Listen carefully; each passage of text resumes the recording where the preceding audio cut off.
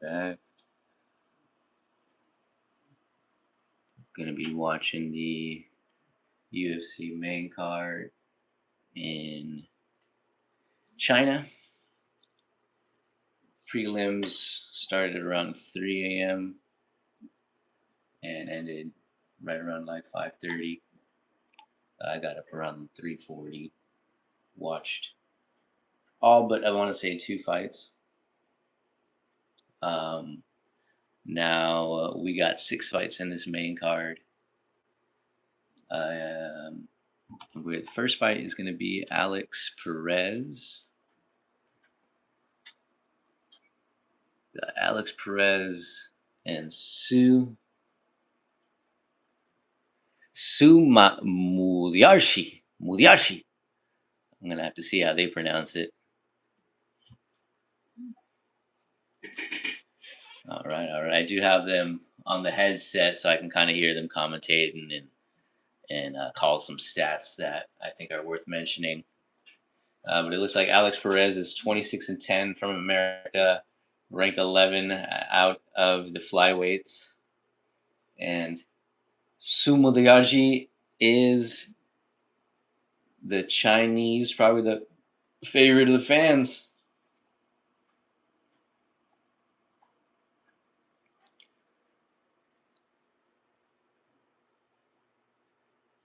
Now they got the announcer calling out the fighters, calling out the first fight of the main card, calling out the Chinaman first,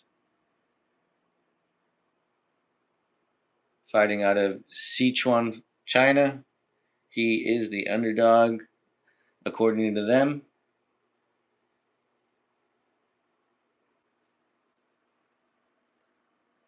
The Tibetan Eagle, I like it. That's his nickname. Again, he's going to be the fan favorite. They just panned over to the fans. They're going a little wild for him. Now they're calling out Alex Perez. He's hyping himself up in his corner.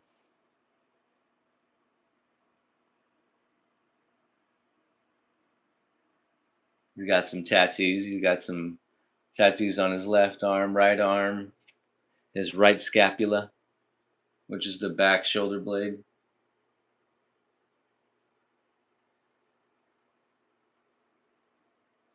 Mark Craig, the ref. I'm gonna get him going here in a bit. Wherever you guys are viewing out of, good morning, good afternoon. Over here, the sun is rising, 6 a.m.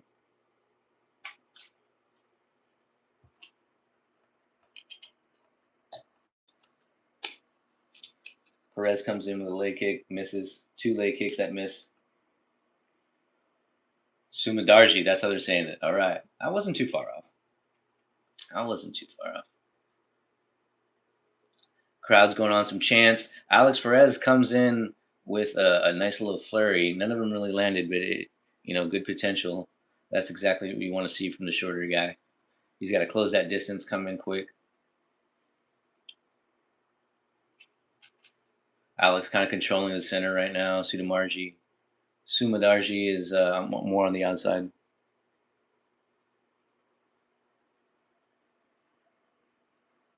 Perez controlling that center. Comes in with another flurry. None of them really hit. Sumadarji bounces off the cage. Comes in with a kick. Body kick that doesn't really land from Perez. Another little flurry that missed. He might be wasting some energy if he keeps coming in with these flurries. Nice little 1-2 from Sumadarji. Leg kick from Sumadarji. A strong right over the top that doesn't really land clean from Perez, but now he's got a hold of Sumadarji. Got him against the cage. Sumadarji trying to fight him off. I didn't get to see who really has grappling experience in this one or striking experience. Alex Perez looking to seem more well balanced. Crowd's not liking Perez just holding them here. Oh, Suma Darshi with an elbow to come out. Then comes in with a leg kick. Now they're separated. Alex Perez back controlling the center. Sumadarji tries to go for a kick. Alex Perez catches it and comes in with a little flurry. A couple of those hit this time.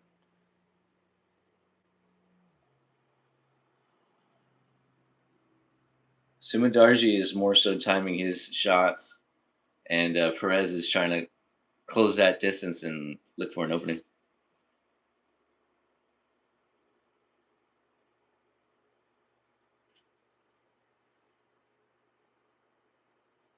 Ooh, Sumadarji with a body kick lands on the arms of Perez.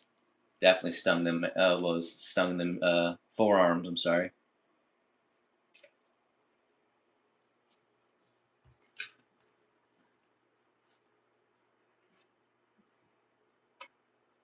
Perez trying to close that distance. Now they're like straight up in the center. A couple jabs from Sumadarji. Now a head kick, body kick, a little feint on a spinning attack. Crowd's getting a little crazy. That's good for them.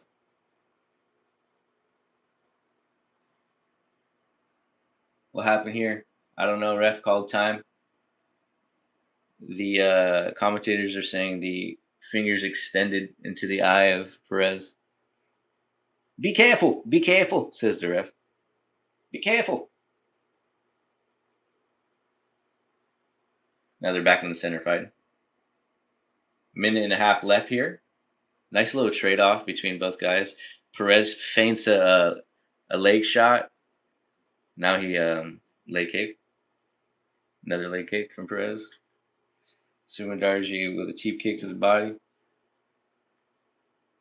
Perez has been controlling this center a lot more. Sumadarji had a little slip. Controlling the inside still, Perez. Sumadarji playing the outside.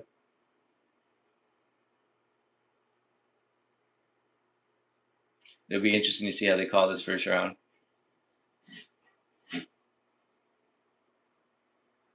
Perez trying to kind of dived in for a shot. Oh, Perez dived in for a shot. Sumadarji was able to defend it off, and he tried to go in for like a Darce choke. And Perez scrambled out of it. Now they're back on their feet. 30 seconds left in the first round.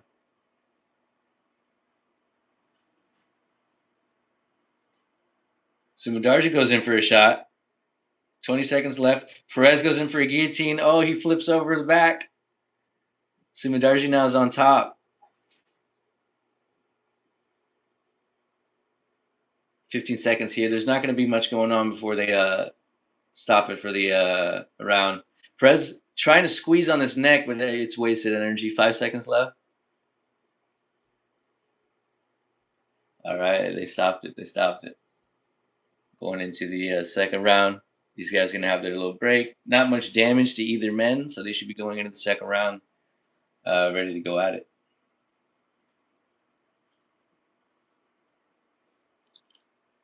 Paramount Plus showing a stupid ad, so I can't hear what these guys are saying to Sumadarji in the corner. But he's getting some water in him. He's getting some Vaseline on the eyebrows. He's got that cauliflower ear pulsating.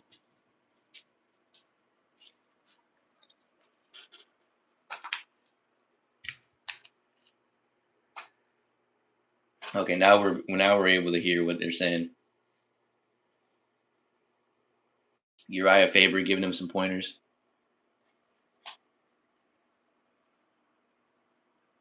So let's see. Coaches are telling Sumadarji pretty much, do the same thing. They want him to work the outside, pick his shots, use his length.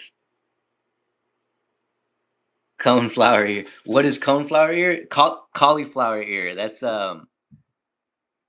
when their ears are like all swollen because they either get hit a lot in the side of the head or the ear, or their ears roll on the mat because they're grappling. So yeah, cauliflower ear just means you've been in some combat, you've been in some wars. Sumadarji just knocked Perez down. Now he's on top. I didn't get to see the knockdown.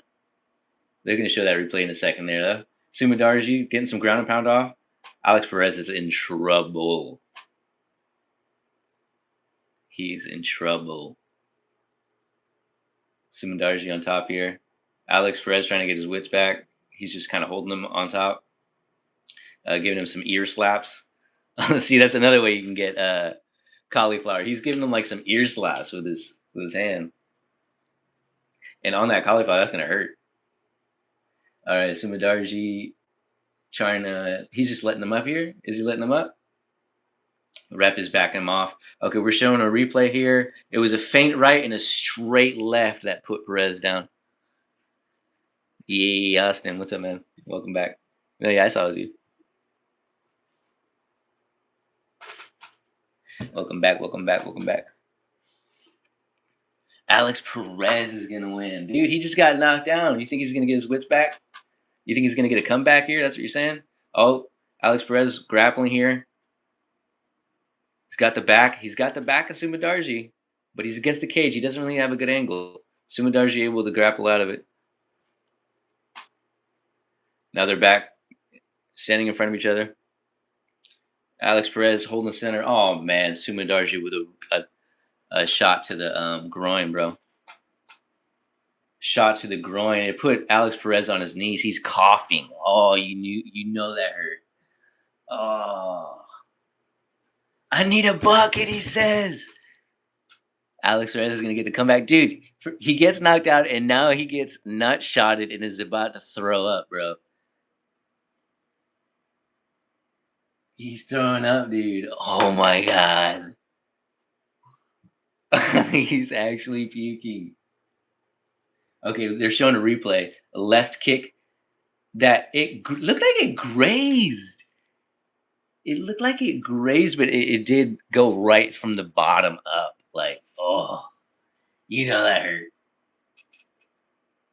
Dude went right to his knees and is trying to throw up. Like, you know that hurt. Maybe he won't win then. Well, he's got a good 5 minutes of recovery time, so he's got time to recover. He's got 4 more minutes. He's lying on his back though. It's not a good sign. It's not a good sign. Manbear, oh hey, welcome, Manbear Pig. If you guys are just joining in, I'm watching the UFC main event, main card that just started. It is on the first fight. We got Alex Perez and Sumadarji. Sun is rising over here, so good morning, good morning. But Perez just took a very nasty nut shot, and he went to his knees. He's throwing up. He's got 3 more minutes of recovery time, but it is looking bad for my boy. He's kicking his feet around. Oh, come on, computer screen, work with me. Sumadarji is kind of like hanging on the gate, looking over at his coach, like, come on.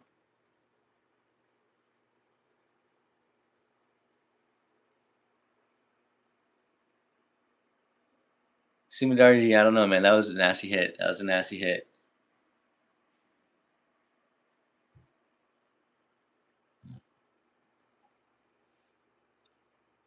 Oh no, Perez. That's what I'm saying. He's hurt. Like I'm saying, schoolyard bully just kicked you in the nuts. That's what I'm talking about. Oh, he's cooked. That's what I'm saying. He's cooked, bro. He's still down. 2 minutes left of recovery, but he's still rolling around, kicking his feet. Schoolyard bully just kicked him in the nuts.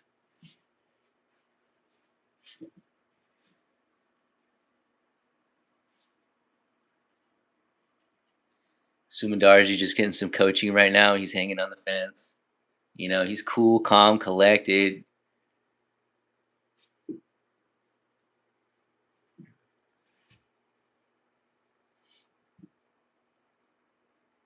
Oh wow. The the commentators are saying that the ref is talking to the judges or talking to someone on the edge, and Michael Bisping thinks that the tone of his voice is leaning towards a disqualification for Sumadarji. So in that case, In that case, Austin, light cook though. In that case, he would win on a disqualification. Man Bear Pig, he'll shake it off and knock Sue out as payback. That's what Austin thinks.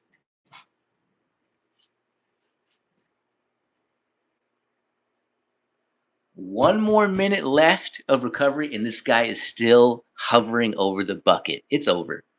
It's over.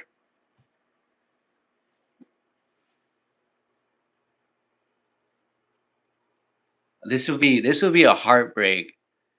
This would be a heartbreak for Sumadarji if it comes out to a disqualification. About 30 seconds left here of recovery.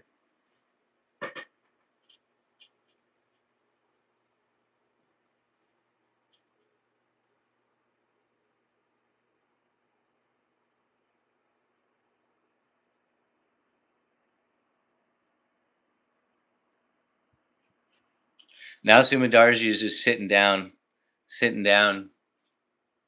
I think he knows what's coming. 10 seconds left in recovery. This guy has no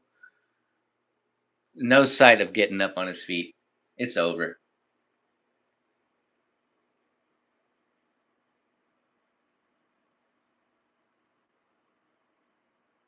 It's over, guys. It's over. What are they going to call this?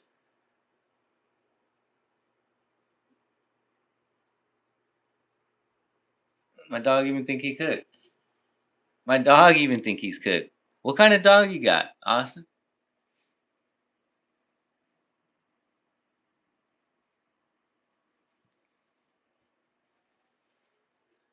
GQ has to be no. I mean, unfortunately, I think that's what they're leaning towards. But we'll have to see. We'll see.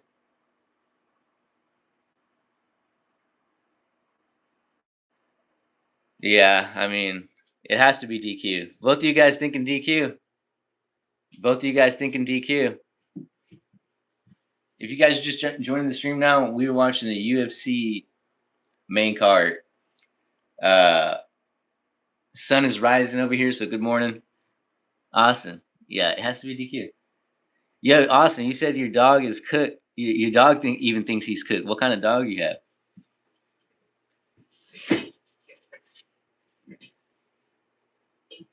Oh, they have Sumadarji's hand in the ref's hand in the ref's hand. Perez still hasn't gotten up to his feet. End of this fight comes in 1 minute 45 seconds. Round number 2, due to an accidental foul, ruled a no contest. That's probably the most fair thing that they could have called. King Charles Cavalier. That's cute. No contest, guys. Not disqualification. The guy couldn't continue after 5 minutes. It wasn't like a direct blow, a blatant blow, an intentional blow to the groin. So, I mean, what can you do? That is so lame, though, for that to be the first opener. You know what I mean? It looked like Sumadarji had it in the bag. Really, like he knocked dude down. He got on top. He did some damage. They got up to their feet. He threw a kick, and it just grazed. And unfortunately, that's what we got. Is a guy that couldn't recover in 5 minutes. Threw up in a bucket in front of all these Chinese fans. You know what I mean? Everybody paid a ticket to go watch this guy throw up in a bucket for 5 minutes. Jesus. No, that's not all they paid for, but come on.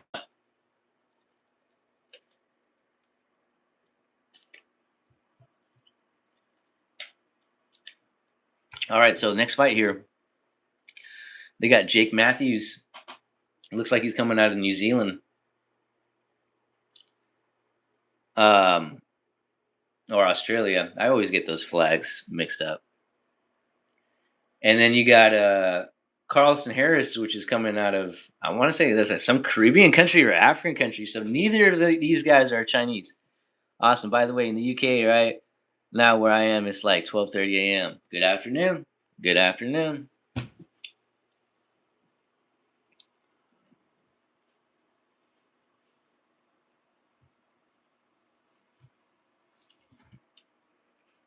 But yeah, Carlson Harris, I think, is some African country. So neither of these guys are Chinese or Asian, um, which would be the first, I think, on this card. 12:30 p.m. Yeah, that's p.m. I knew what you meant.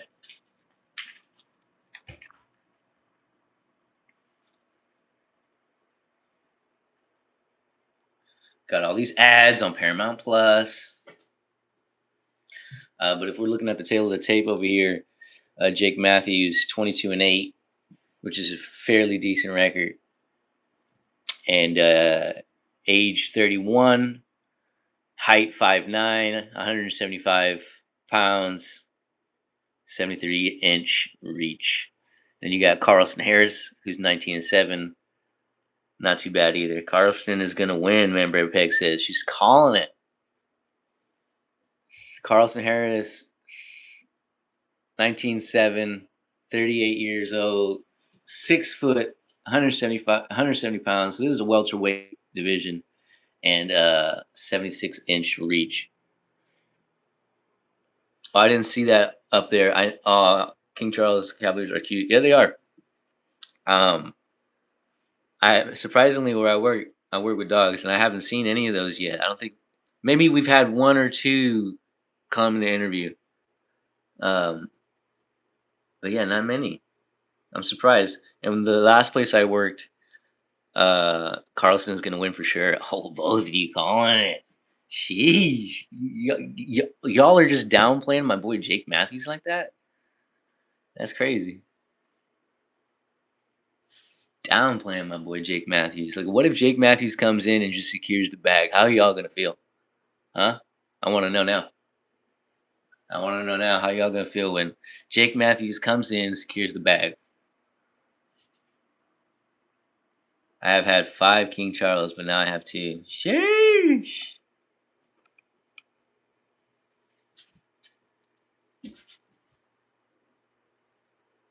What if Jake Matthews loses? Well, then you guys would be right. How are you gonna feel? I mean, I'm gonna feel fine. I'm gonna feel fine. See, but I'm not the one saying, Jake Matthews is gonna win, man, bear.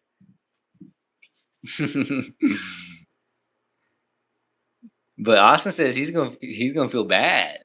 Don't worry, Austin. You don't gotta feel bad.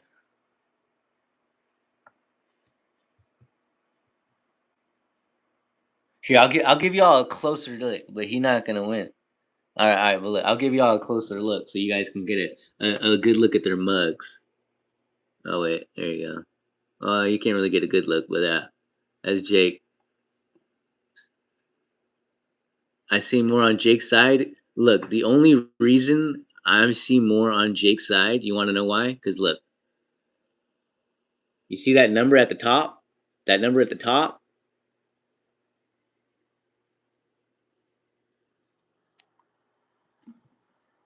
That boy Unk. That boy Unk. But he can surprise us. But he's not gonna win.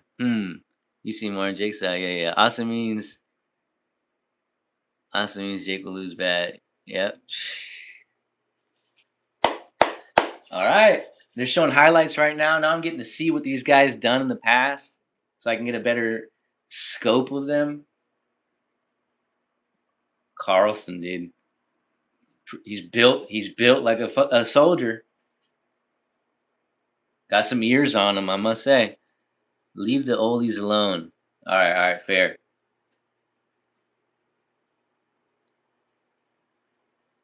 Okay, so that flag is Mozambique, so he is African. Very interesting. I can't say I've known many Mozambique fighters. Carlson is just better. Carlson is just better.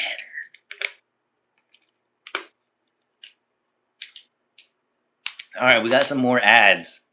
God dang it. We got like 2.5 minutes of ads. Peak physique. Yeah, that's what I'm saying. The dude's built like a soldier. Even the ears tell a story.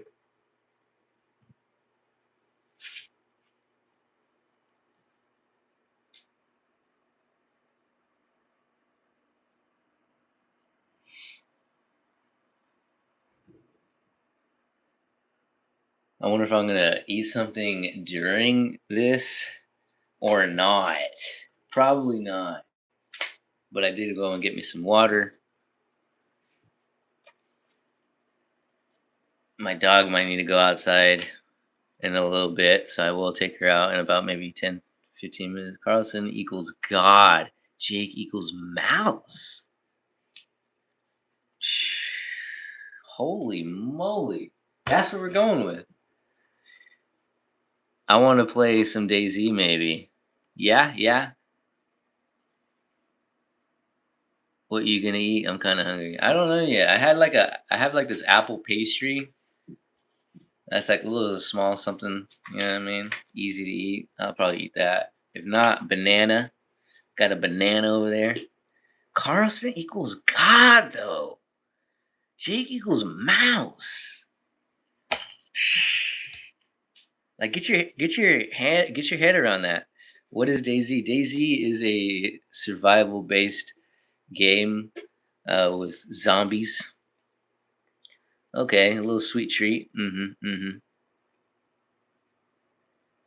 Oh my God, Deuce, explain DayZ, please. Okay, so DayZ is yeah, it's a long running survival game that's been around for a long time. It's actually a mod from a game called Armor Reforger. But they took this game, Armory Forger, which is army based or military based, which is like a military sim or mil sim, military simulator. And all they did was they took that and they added zombies and they took out the military bots. So it's basically you on this huge map. And obviously you can build a base or you don't have to build a base. You can go and make a stash or you don't have to go and make a stash.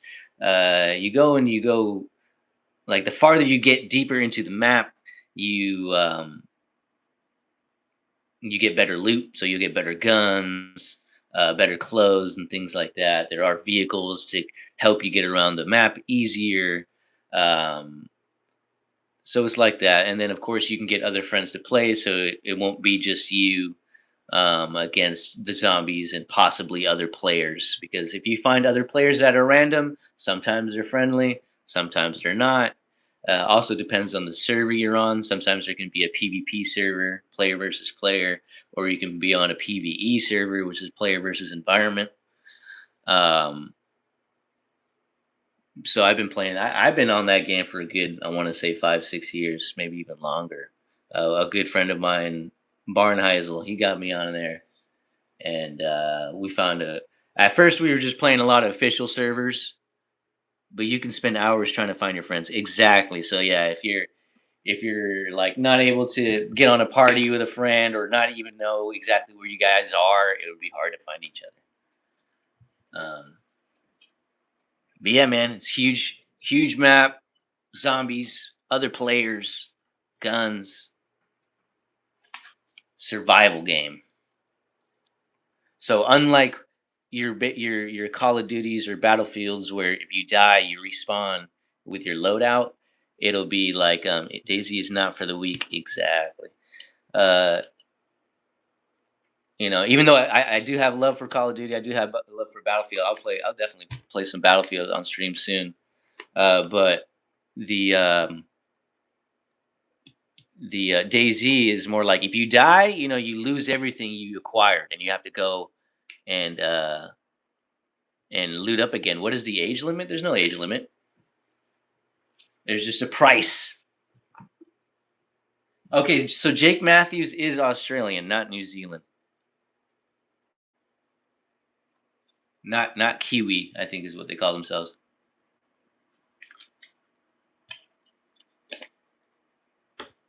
I play Battlefield and COD a little bit. Which Battlefield do you play?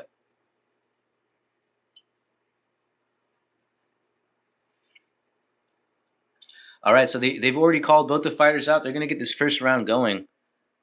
So you guys get excited for Carlson Harris here. Play 4? Okay. The guys touch gloves, and now we're going. Carlson with like some fast hands already off the bat. A nice little sweet leg kick. He's playing the outside. Jake Matthews has the inside. They're both circling. Carlson throwing right now. 3 that kind of just like grazed Jake. But He's just throwing. They collide, but neither of them really get a clean shot on each other. No age limit. I ran into a dude that was 60 on it. COD is better than Battlefield. Yeah. I don't know. I don't really like the modern CODs. Battlefield is like a war, but COD is better. Yeah, I like the war aspect. I used to play Call of Duty heavy, but that was back in the day. All right, these guys in the center now. No one's playing the outside. They showed a replay. I think somebody connected cleanly, but I missed it.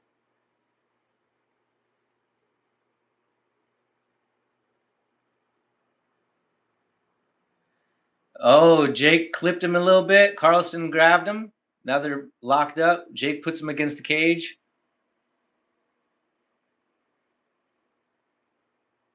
Carlson's probably getting his wits back here. Jake just trying to tie him up. No damage being applied here. Just pressing against the gate. Carlson gets him off, and now they've broken up. They're separated. Nothing will ever beat Verdansk during COVID. I don't even play now because it just doesn't compare.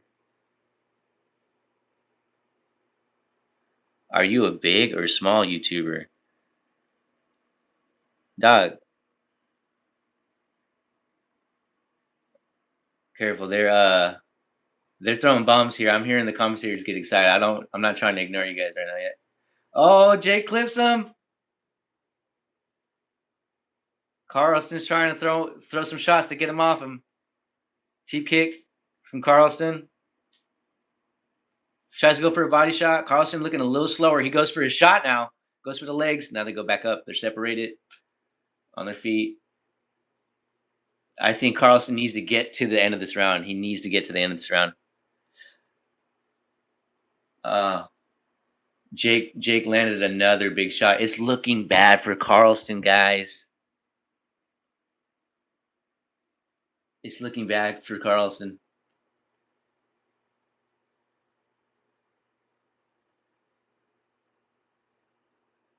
Jake is measuring him up. Got some body shots off.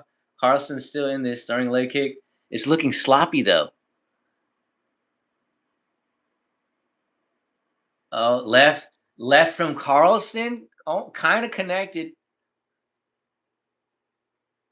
Didn't really seem to affect Jake though. Minute and a half left. I think big. I'm laughing at the dog. Carlson just toying with him. Carlson just toyed with him. Are you a big streamer? No, dude, I'm not. This is my 4th live stream. And there is 2 viewers in here, which I appreciate. 1 minute left in this round.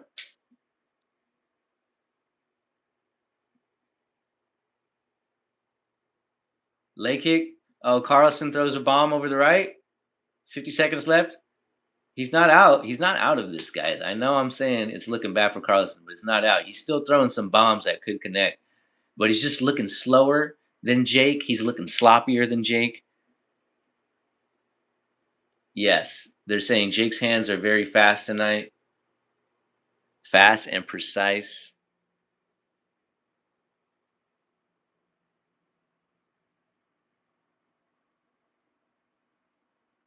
"20 seconds left here. Are we going to see a finish? I don't think so. I think we're going to get to the end of this round, which is going to benefit Carlson a lot. I think there should be more viewers. Don't worry. Don't worry. Don't worry. Earlier in that last stream, hold on. Jake landed big at these last 10 seconds. He landed like 2 big shots. He'll definitely get there, Austin. I appreciate you guys. No, but Austin, in that last stream with you, you were with me there. We had about 9 viewers at one point, dude. And I think at the end of it, it said I had like at least 39 viewers at like the whole time, like total. But at one point, we had about 9 viewers in there, which I was surprised to see.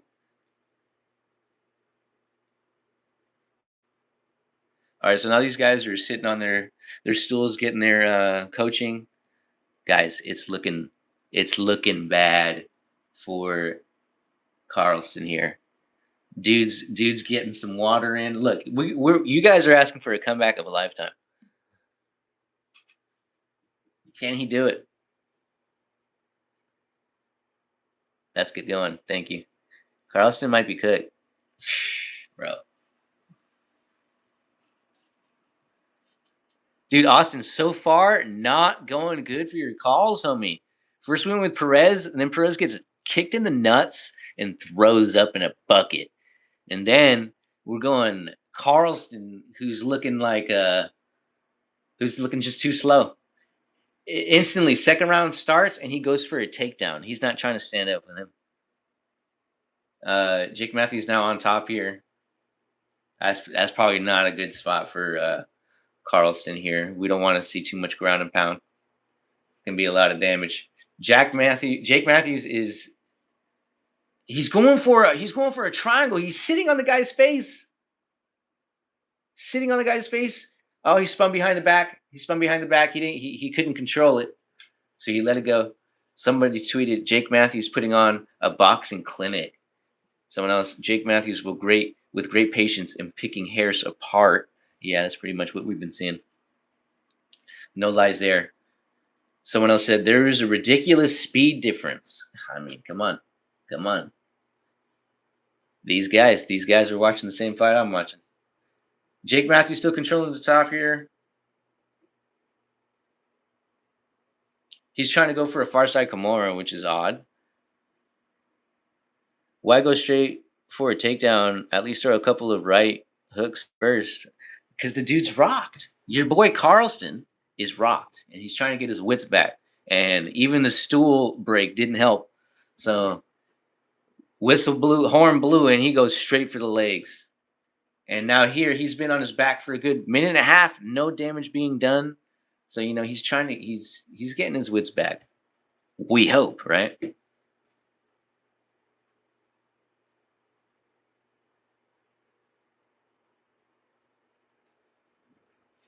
Not looking good for Carlson. That's what we're saying.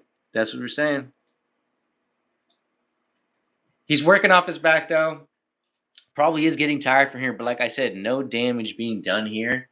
Okay, some small ground and pound from Jake, but it's not looking bad. It's not looking bad for Carlson right now.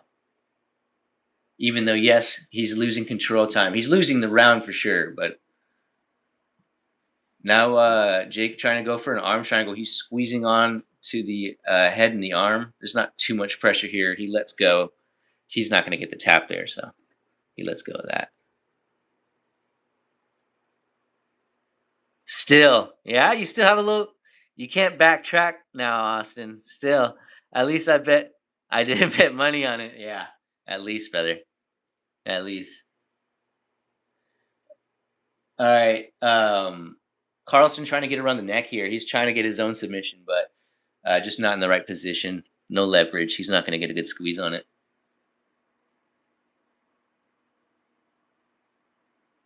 So we've seen nothing but pretty much control time, little bit of ground and pound here and there from Jake Matthews in this second round. Nothing exciting. 2 minutes left.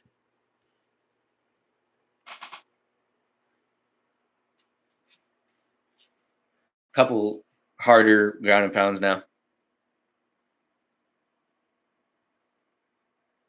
A lot of control time here. Okay, Carlson's trying to make a move. He got up to his down up to his knees.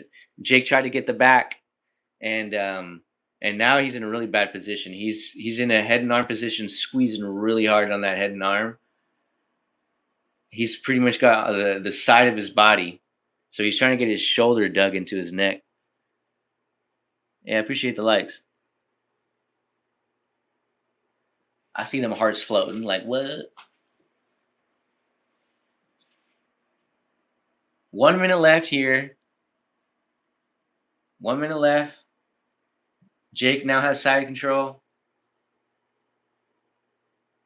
Carlson, oh yeah, it says right here, 4 minutes of round two ground control time. Real bad for Carlson round two. Of course he didn't take damage here, but Jake Matthews attacking an arm submission here. 30 seconds left, and he's got it off to the side. He just has to get on a better angle. The fans even know what's going on. They're getting excited about it. Now Jake Matthews rolls over uh, to where Carlson is kind of on top, throwing some elbows to the body. The arm attack didn't really help him out, but he didn't really. He's still going to win that round there because he's had the 4 minutes of ground control. He's had the attacks on the submissions, more ground and pound. Last 15 seconds there, Carlson rolled out, gave a couple elbows to the body.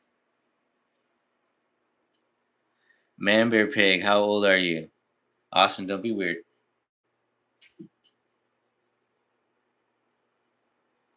All right, we're on the stool here.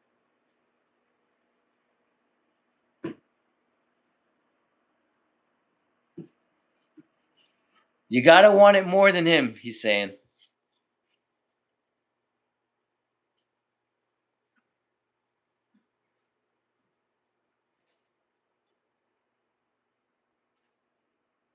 All right, now Jake Matthews in his corner.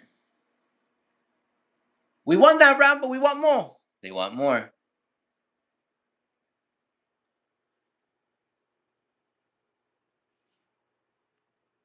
Well, notice they haven't answered yet, Austin.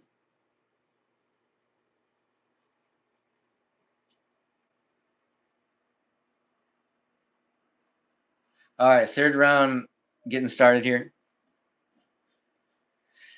All right, is Carlson going to go straight for a takedown? I doubt it. Goes in for a left, which connects. Okay, the dude looks so sloppy, man. He's going to get knocked out here in this last round, man. Oh, right connects to the side of his dome, and he falls down. Jake is trying to get some ground and pound off. But now he's back on top with some control. Oh, you might be right. Maybe they left.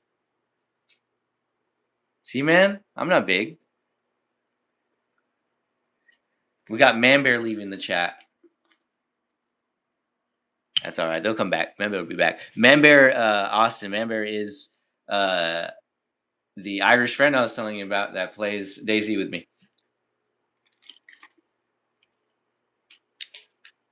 So when I say don't be weird, I was just joking because I know that person. I don't know them personally. I've never met them, but we met on the game, basically. We met on DayZ.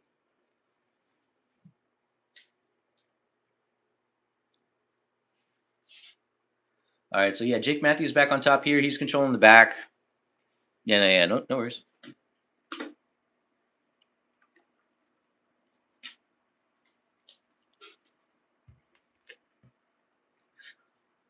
It's one of my friends that support me. I just recently, Austin. I just recently started streaming. Like I told you, this is my fourth stream. They are an adult. They are an adult. This is my fourth stream, and I just started streaming. I think my first stream was, what was it? Last Saturday or last Wednesday? Thursday. It was Thursday.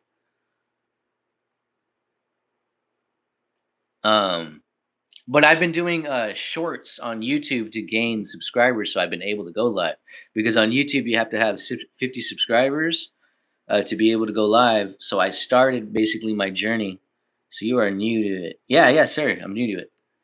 I started my YouTube journey last month, and I gained subscribers through shorts.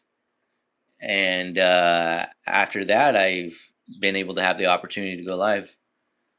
So I live streamed a DayZ gameplay. I know, man. I appreciate you so much. I remember my last stream you told me you subscribed. And but on the last on my first stream I streamed the DayZ, just some like PvP playthrough, just to kind of like trial run, just to kind of see how that live works, because I broadcasted off my PlayStation. And then the last couple of streams I've done off my phone. but I probably will broadcast off my PlayStation later today. I probably will do another phone stream for the Champions League game. Sorry, I'm back. I had to put food on. No worries. What are we making right now? What are we making? It is. What time is it over there? 1 o'clock? 1 p.m.? Yeah, just scroll up, man, bear. Jake Matthews has been on top, controlling after knocking down. Um,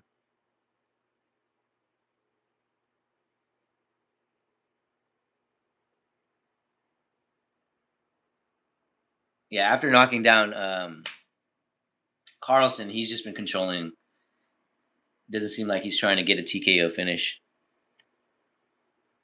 A minute left, and we know who's going to be who's going to be the winner here. Me in the UK, yeah, one for me. It's 1-2. Saving myself for the football later. I'll get food and maybe snacks. Okay, okay. Yeah, the football should be good, man. I am excited for that game. I am excited. And again, to be able to have a day off and to be able to stream it or stream my reaction or watch along, that's fun. That is fun. Same. Nice. So remember, I'm old. I'm 32. What about you, Austin? So Austin, yeah, in that last stream, member, Austin mentioned that he thinks PSG will be the winners. He is calling it PSG.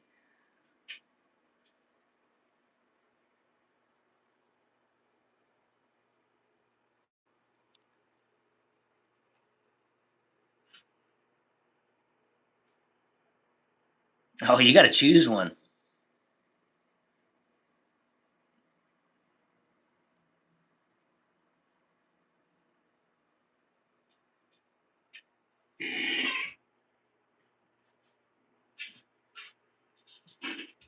We're getting a Kevin Hart commercial.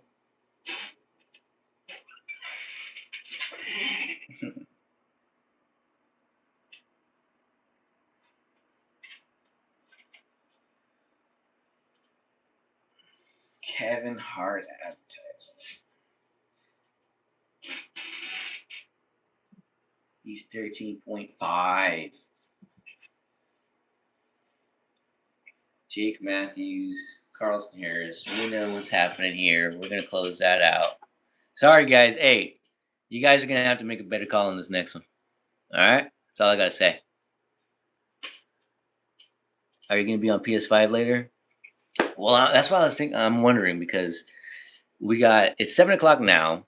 The main card is not gonna be over until I want to say because we got how many fights? We got 1, 2, 3, 4 fights left. Right? That's gonna be another I want to say 2 hours. So this is gonna be over at like 9, maybe 9:30. 9:30. I was about to say 9:30. You know what I mean? I'm out of it. But yeah, it might be over, and then I'm probably gonna end the stream, get some breakfast in me. You know what I mean? Take care of my doggy. Um, go look how the day's looking, and then stream the Champions League. I think I'm going straight to the Champions League, and then once that is done, yes, I will be on the PlayStation. Oh, how about we do a PSG versus Arsenal game on FIFA? Stream it. Austin can watch. Who's our next fight? My phone's almost dead. Um, there we go. This is our next fight. Uh, she is talking about her and I playing a FIFA game and streaming that FIFA game. No, but after these fights, I'm gonna get off for a little bit. Oh, I think on FC 26. FC 26.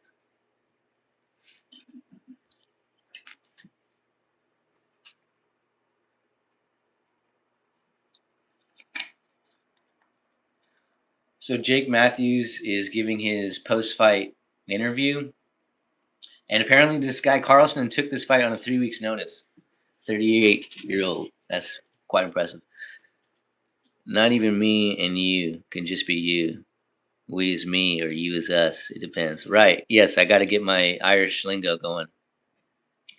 Um, so yes, next fight, Kai Asakura, Cameron Smotherman. Kai Asakura, 32 years of age, 5'7", 135 pounds. Both of them are 69-inch reach. Both of them have that same reach. Cameron Smotherman, 28.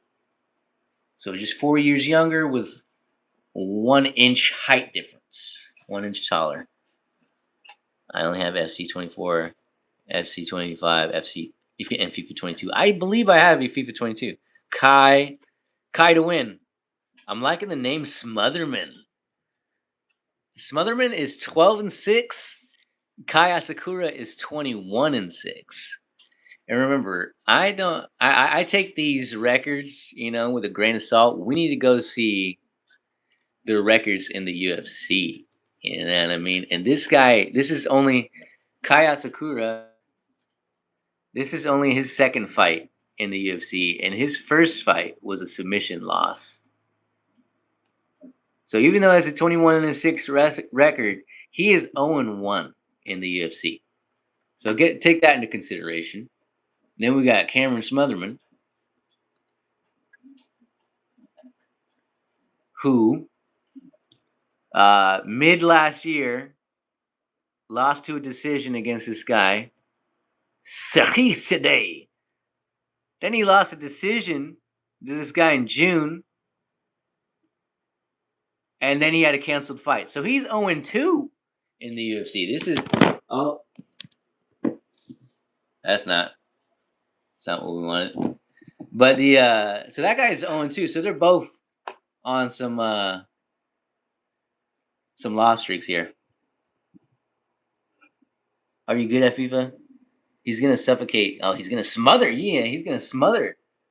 Kai, are you good at FIFA? I'm mediocre. Amateur at best. UFC.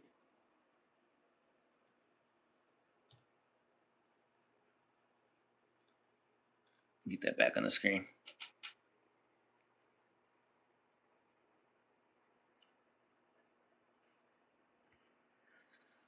We got another advertisement going. Are you good at FIFA, Austin?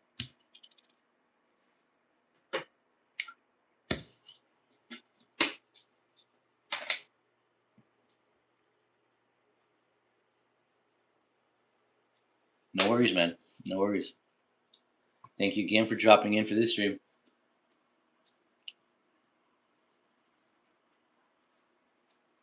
15 seconds left of these dang advertisements. They're showing this movie, The Furious.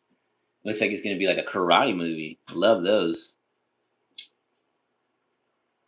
You're good at FIFA. What you on about? Yes, I think I am amazing at FIFA. Wow, not a lot of people just say that. You're good at FIFA. What you on about? Nah. Like I said, amateur at best.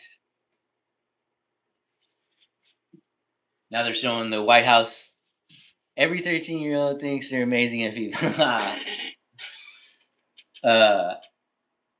Yeah, they're showing the UFC card at the White House in June. I'm telling you, I am so excited for that one. I even cook on legendary difficulty. That's what I'm saying, bro. You're sky leagues above me. I think I play professional on career. Like I'm not good. You got to take it. You got to take it into account, Austin. I live in America, dude. We're not known for our football, for our soccer. It wasn't my sport growing up, that's for sure. But it's something that I got into not too long ago. Got into it very, very deep. Like when I think about when I'm playing my FC careers and whatnot, like when I'm on the pitch playing, I don't think I have that same like tactical savvy that a lot of Europeans would have. Like they just know how to move that ball around and where it should be. I'm just trying to fucking Kick a ball in the fucking net. That's all I'm doing.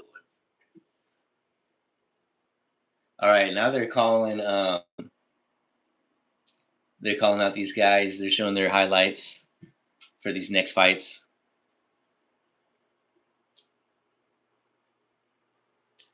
It's gonna be Asakura and Smotherman. Asakura, I believe, is Japanese.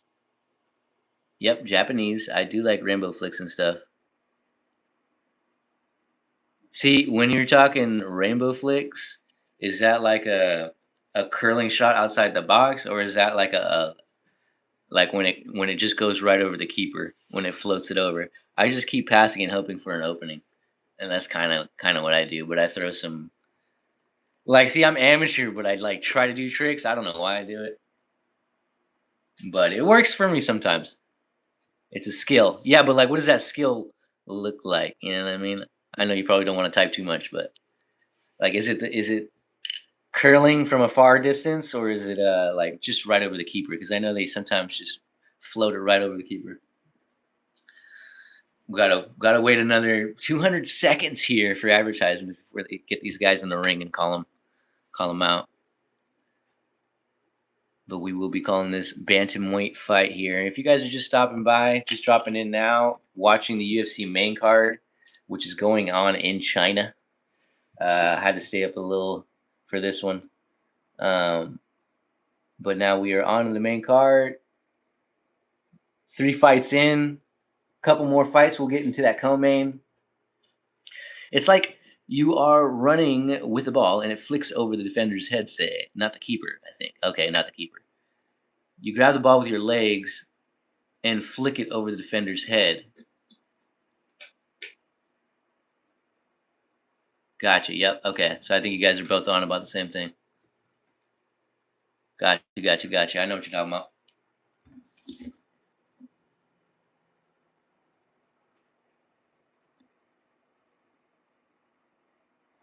Thank y'all. Thank y'all for all the engagement, not just leaving me alone here to watch the main card tonight. I was already going to be watching it, but I wanted to go ahead and throw the stream to be chilling with you guys. I can do one in real life. My boy. My boy. Remember, he mentioned to me last stream that he's been playing football for at least 7 years. And he's playing like 2 different clubs. And he's even been, listen to this, even been scouted by Everton. Legend.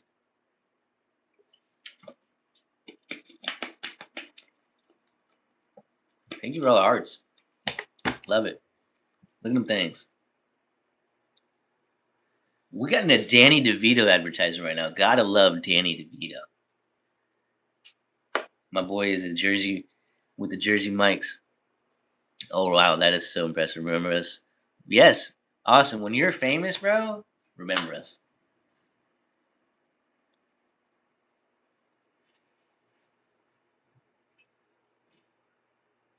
Remember the guy that you just met like 2 hours ago.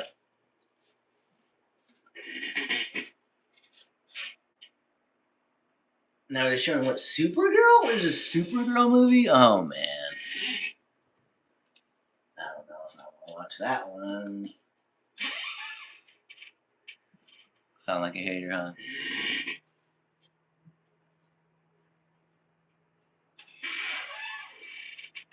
Both of us just remember us both. Right, the guy that you just met a couple hours ago and his friend named Amber. By the way, are you good at making food? Because I will hire you and pay you thousands a meal. My guy, we're we're a whole Atlantic Ocean apart, and I don't think I can send you fresh meals. Oh, there we go. I can cook. I mean, yes, Austin. To answer your question, I do believe I can make some good meals. My mom taught me how to make many good meals, and we're only a sea apart.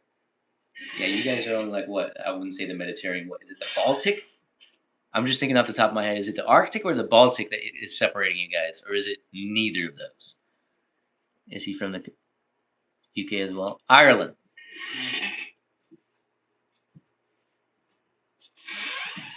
What is separating you guys? Neither. Damn it! So you're saying I would have got buzzed off and sent off the game show? That's what you're telling me? Damn it! What is it then? What's separating you guys? Because I know obviously it wasn't the Mediterranean. The English Channel, is that what we call it? No, you know what? We'll be right back to this screen.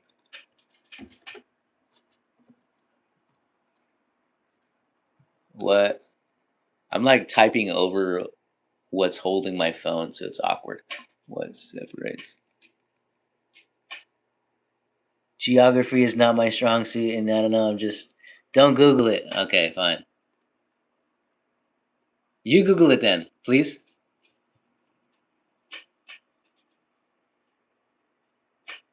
I don't know. I'm just a kid. I don't know, man. 13 and you live in the UK. You should know what separates you from Ireland. 13 is what? You're almost, you're in secondary, right? Isn't that what you guys call it? Secondary? You would probably be out here, you would probably be a sophomore or a junior, maybe 10th or 11th grade. No, you can Google it. Give me in a minute. Well, no, because now they're calling out the fighters. I don't want to Google it yet.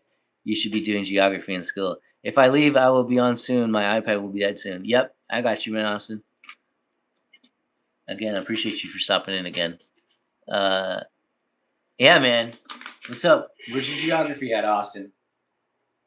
Austin, you Google it, man. Oh, wait, no, his iPad's going to die. He can't Google it.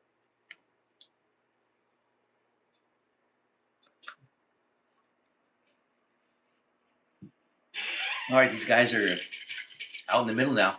Fight has started. Very strong leg kick to start from Kai, the Japanese. Smotherman with the purple shorts. I think the Atlantic is on the west.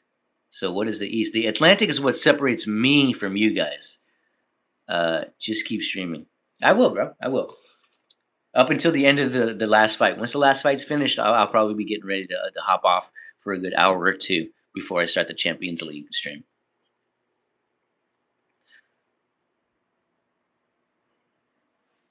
All right. They're both in the center here. Okay, we need to Google. Google super fast. No, I can't. I can't right now. I'm watching this fight. I gotta call this fight. I gotta call the fight. I'll Google it right after this. Right after this.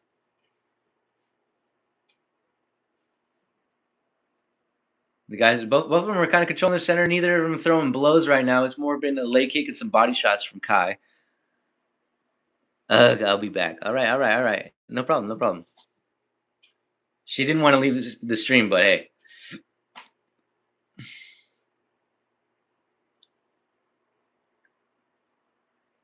Couple jabs from Smotherman to try to close the distance.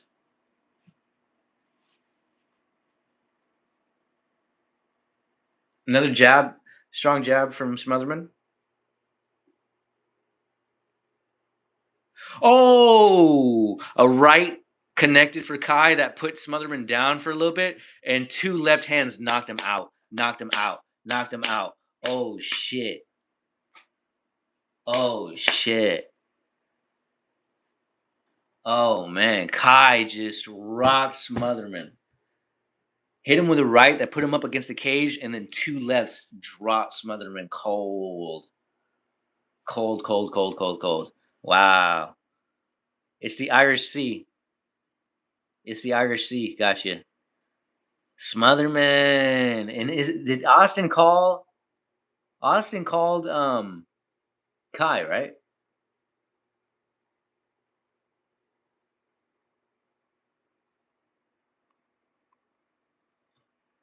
Yeah. Oh man. That right rocked him. It kind of put him down to a knee. He got back up to his feet to try to defend himself, got pinned against the cage, and Kai just unloaded these two lefts. I want to see these two lefts. Oh, the right landed really clean on the chin. Then he gets up, gets against the cage.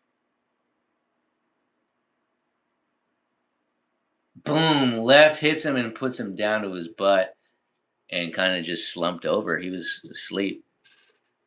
That's fine for me. It's just the afternoon.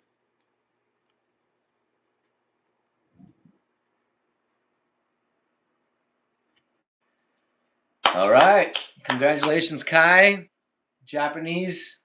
That probably gave the Chinese something to cheer on about. Love that. Plus, it was a great knockout. I mean, holy shit. Dude's a bantamweight? Okay. What is the what's the current rankings of the bantamweights? Let's go look. So Davison Figueiredo, who's in the main event, is number 7. Song Yadong is number 5. So those two guys right here are going to be fighting each other tonight.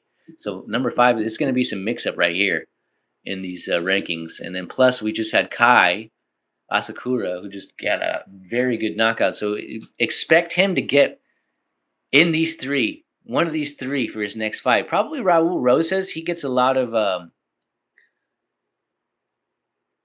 I might buy a new PS4 game today. Oh, lit! What are you thinking about buying?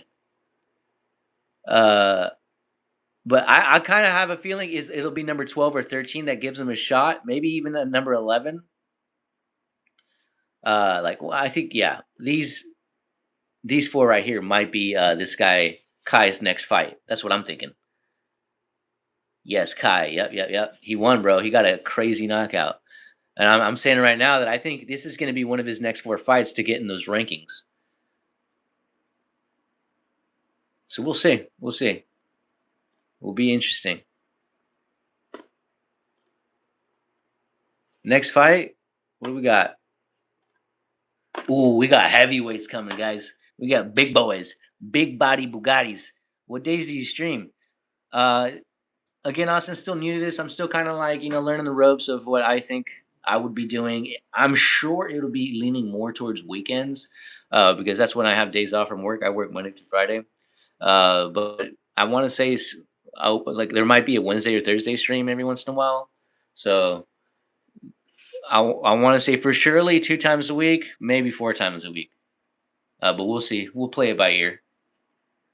If you stay, I hate to sound like those cliche YouTubers, but if you stay subscribed to me and have notifications on, you'll catch them. You know what I mean? Oh, he comes out. Michael Bisping's giving the interview. Thank you so much, UFC fans. That's what's up, man.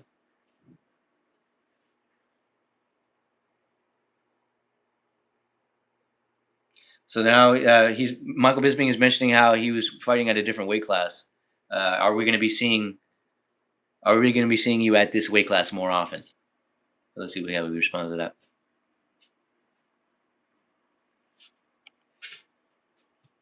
Oh, he's trying to respond in English. I lost the 2 fights. He's getting a little emotional. He lost the 2 fights. He's getting emotional. I wanted to show how strong I am in this fight. Gotta applaud the man. Gotta applaud the man. Came out here, struggling some English out.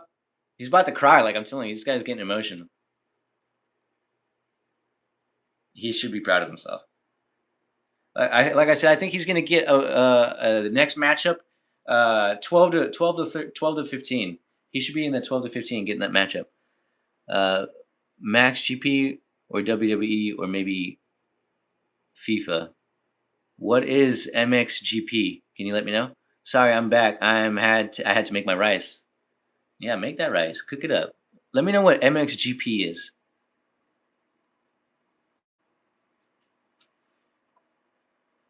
Actually, I can fight anyone, anywhere.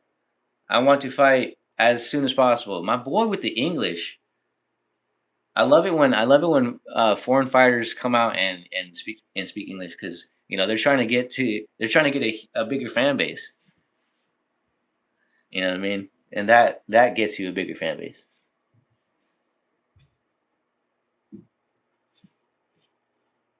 Because you can just hear the effort that he's putting into his English.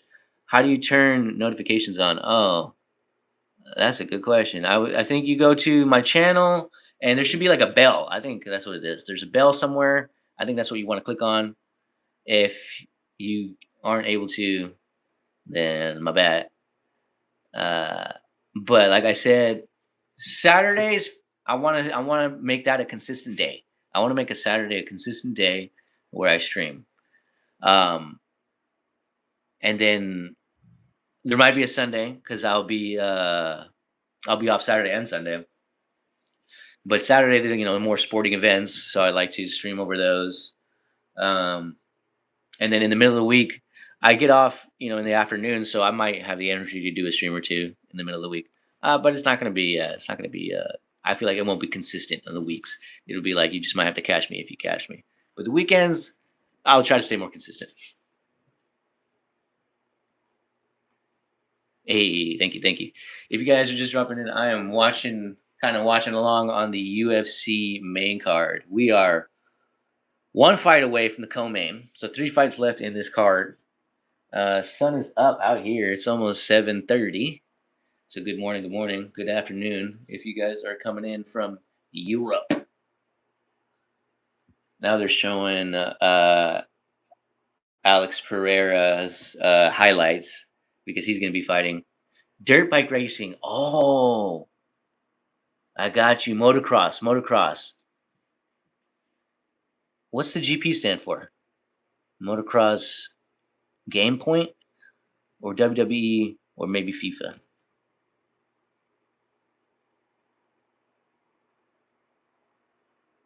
And those are the games you're saying you might buy. Gotcha, gotcha, gotcha.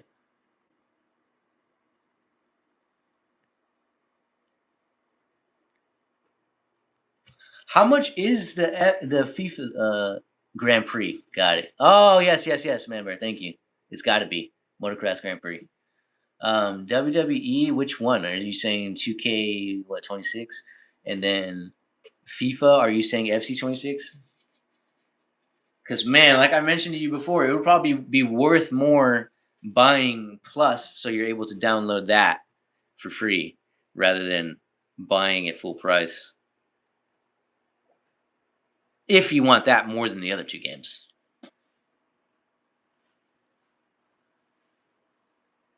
Now they're showing some highlights for Cyril Gahn, the heavyweight that will be competing against Alex Pereira at the White House in June. That is going to be an exciting, exciting card. I cannot wait.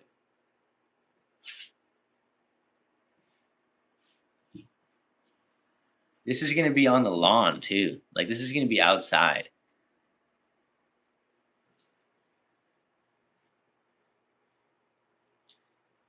I feel like they've only done one other UFC event outside. So that should be interesting, and then I think it's going to be a later. I feel like at least the main card is going to start a little later.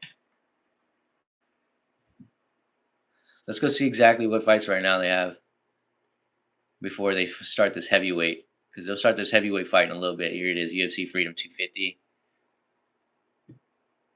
So at the UFC Freedom 250 so far, they got Diego Lopez. Oh man, that's gonna be exciting. Love Diego Lopez. Bo Nickel fighting Kyle Dacus. Mauricio Hufi is very exciting to watch. He's gonna be fighting Michael Chandler, who's a dog whenever he goes in there. Josh Hokett, who and Derek Lewis, which is the most recent entry because Josh Hokett's mouth got him the chance. That dude, man. I hope Derek Lewis shuts him up. But grand prize, got it. Thank you guys for clarifying that. Sean O'Malley, I have no idea how to say that name. Ayman Zahabi, that will be his opponent. Sean O'Malley, I don't know anything about that guy, Zahabi. Co-main will be Alex Pereira and Cyril Gahn. Main event will be Ilya Topuria and Justin Gaethje. So that's going to be exciting. That's going to be exciting. Let's get back to what we're doing tonight. Song of Figueiredo. We're at the heavyweight. I got 2K25 WWE. Gosh, yeah. If that was the free one, I might have that too. When I was younger, I used to play a lot of SmackDown versus Raw. I want to say SmackDown versus Raw 2006, 2007. That was my shit. On PlayStation 2, maybe. Yeah, so if you already have a WWE game, and I'm telling you about the option to get that FC game, that motocross game might be your option.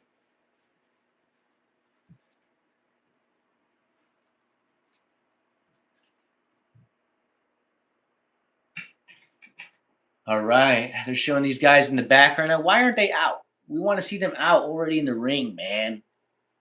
But they're showing Sergey Pavlovich in the background now, warming up. Finished 15 of 20 fights, all by knockout, Sergey Pavlovich. Get ready to get your calls in for this one, guys. Got a few more minutes. Go ahead and think about it. Think about it. Then you got this guy, Taliesin Teixeira, Brazilian Jiu-Jitsu and Muay Thai black belt. You see, he's younger.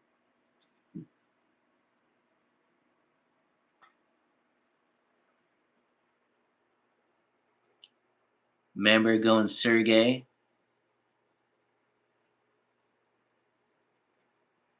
Austin's iPad is probably dead. Poor guy. Rest in peace.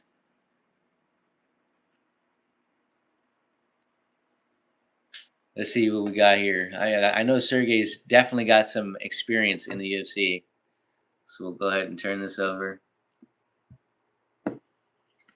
Let's take a look at what Sergey's done so far since being here. He's fought in a legend in Alistair Overeem. So, I mean, no fault for getting knocked out by that guy. 0-1. And he gets a knockout to Marcelo. He knocks out Maurice. So that's 2-1. He got a canceled fight in 2021. 2022, he went on a 3-fight win streak, so that's good. 5-1 there against opponents like Derek Lewis, who's going to be fighting at the White House, Tai Tuivasa, who's well known. So that's 5-1 going into 2023. Beat Curtis Blades, lost to Thomas Aspinall, so that's 6-2. Lost to Alexander, that's 6-3. Then he got a two wins last year. So that'll put him at 8-2 to get him up until a Taliesin fight.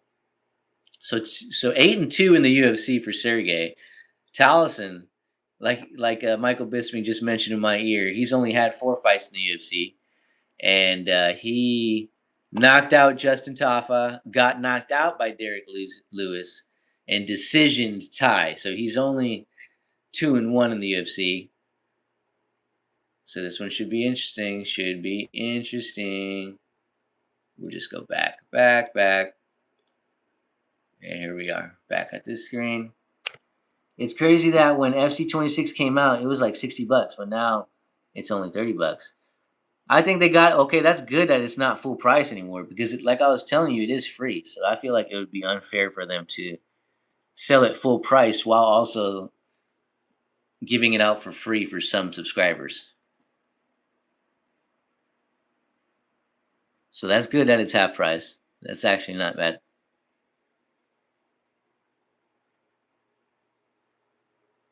See, but even still, man, with that $30, you can get like not even just the basic subscription, but you can get like maybe the whatever it's called, the second tier subscription for PlayStation, and then still be able to download that game while also having PS Plus, you know?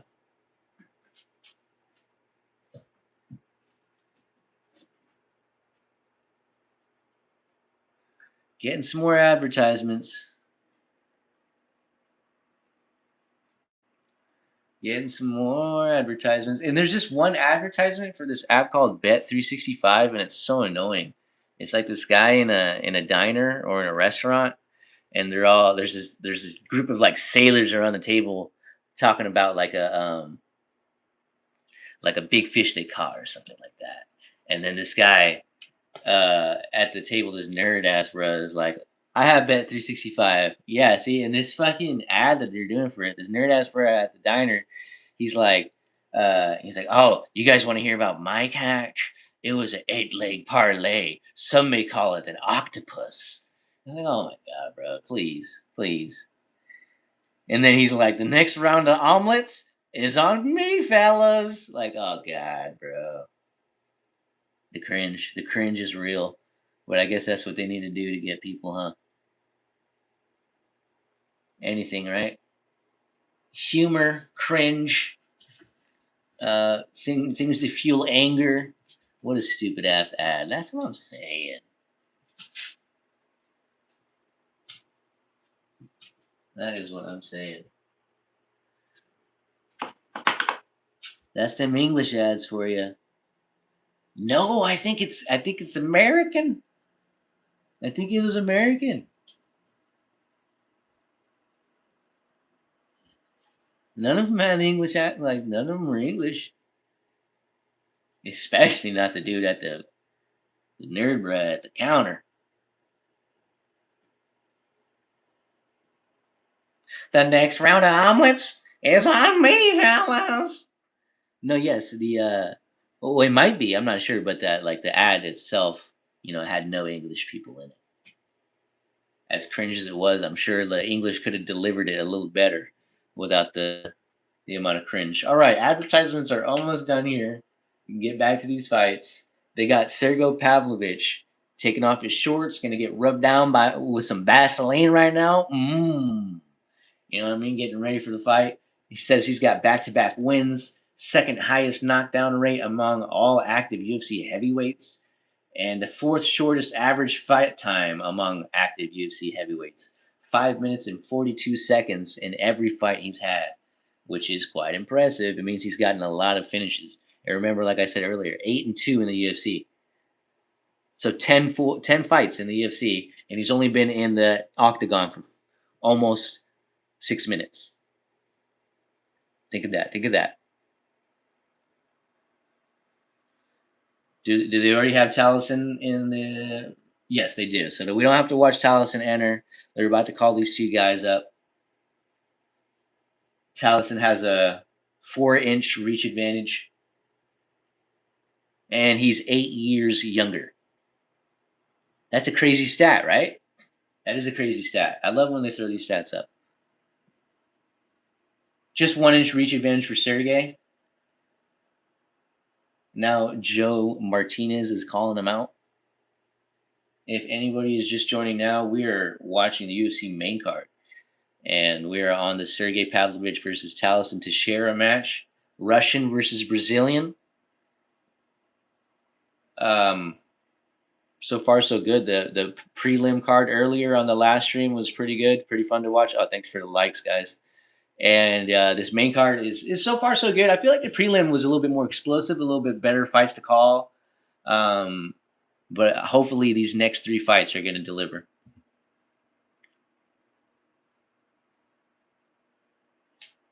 And the sun is rising over here where I am. So good morning to everybody. Good afternoon, wherever else you are in the world. Now they're calling out Sergey Pavlovich out of Moscow, Russia. Did I just see them have him down as an underdog? That would be nuts. I didn't get a good look at it. Lucas Busaki, the bald man, to be the ref. He's tall and bald, just like Taliesin. All right, these guys touch gloves. Now they're getting ready to go. Taking the center of the octagon. 5 minutes to start us off. Remember, these guys are heavyweights. I don't expect this to go the full 15 minutes. And knowing Sergey's stat, I'm sure none of us expect this to go the full 15 minutes. But anything can go here. This is heavyweights. One big move from Taliesin, the Brazilian, and it could be lights out for. Oh my goodness! Sergey comes in with a 1-2, puts Taliesin down. He's giving him some ground and pound. He's against the cage, and Busaki, the ref, calls it. He calls it, and it's over, guys. It's over. Sergey with a huge 1-2 rocks Taliesin, puts him down for a second. Sergey tries to rush him against the cage. Taliesin goes down for a little bit. Minimal ground and pound, but the ref, he stopped it right away. He stopped it. He said, no. I mean, these big heavyweights, they can deal damage down there. So, I mean, to be fair, it's probably a good stoppage. We don't want to see Taliesin get murdered by Sergey.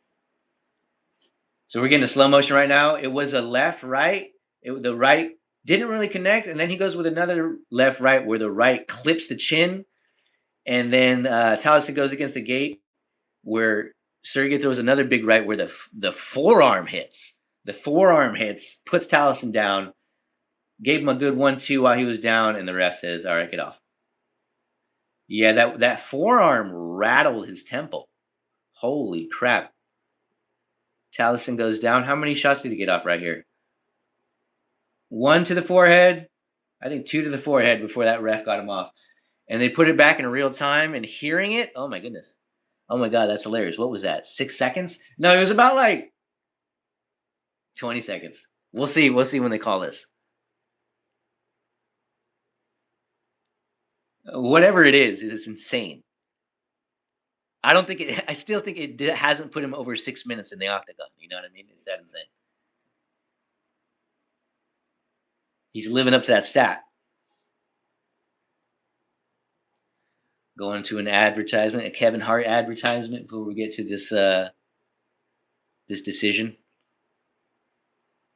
Well, all right, we got Sergey winning that in spectacular fashion. Now we're going to be going to that co-main. That co-main should be good. This is going to be exciting. Let me know. Okay.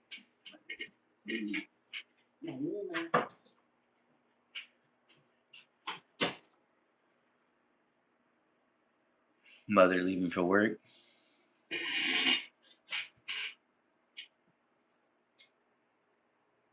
I get weekends off. She doesn't. It's unfortunate.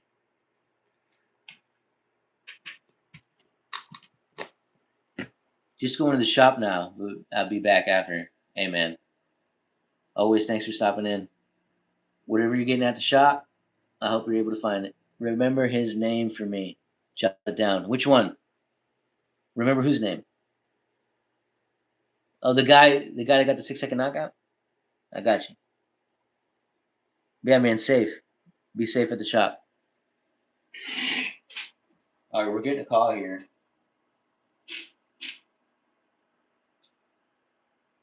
39 seconds. 39 seconds, member.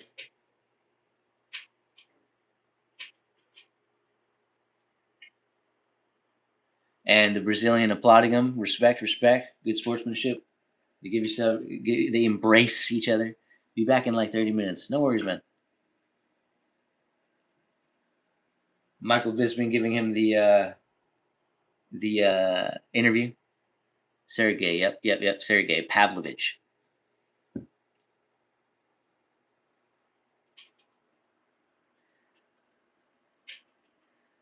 I think the Chinese and the Russians have a great relationship. The translator even got a little closer to this guy than I've seen him get closer to the other. Uh, I want to see it. Yeah, you definitely want to see that. Yeah, the Chinese translator looks really happy standing next to Sergey. That is funny. I feel like I haven't seen this with the other fighters.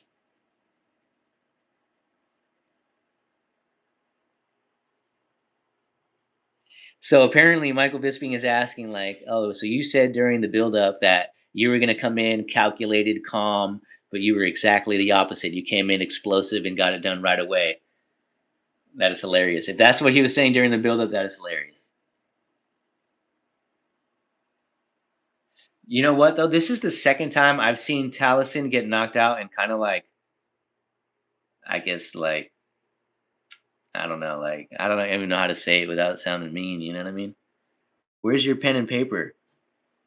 Oh, you want to see it jotted? Got it. I thought you said you got it jotted. My bad. Here, I'll jot it down for you right now. I got you. Where's my pen and paper? Got you.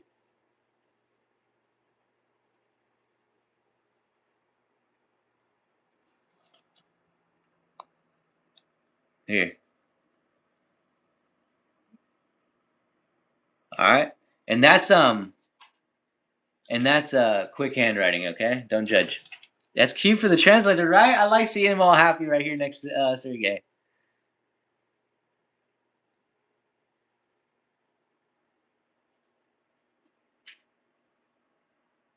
So Sergey right now is saying that he doesn't care who wins the heavyweight belt at in June.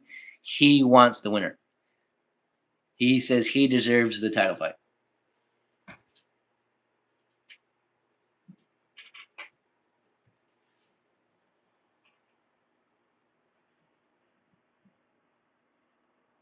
Nice. Put it on the cam. Put what on the cam? I already put the. You need it again?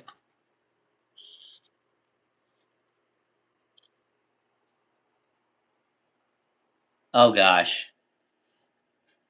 Here, where are we at? Where's the pen at?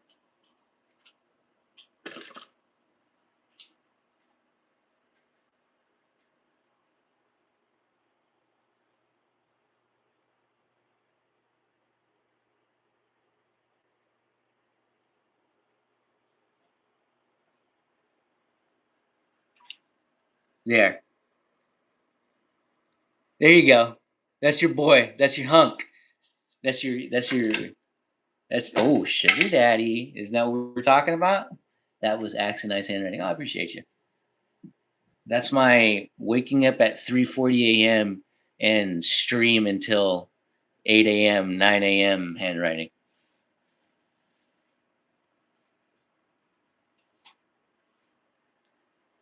Oh, my stream was a few seconds behind. My bad. No, don't worry. I think, yeah, we're learning. That's why my comments are so delayed. Don't worry.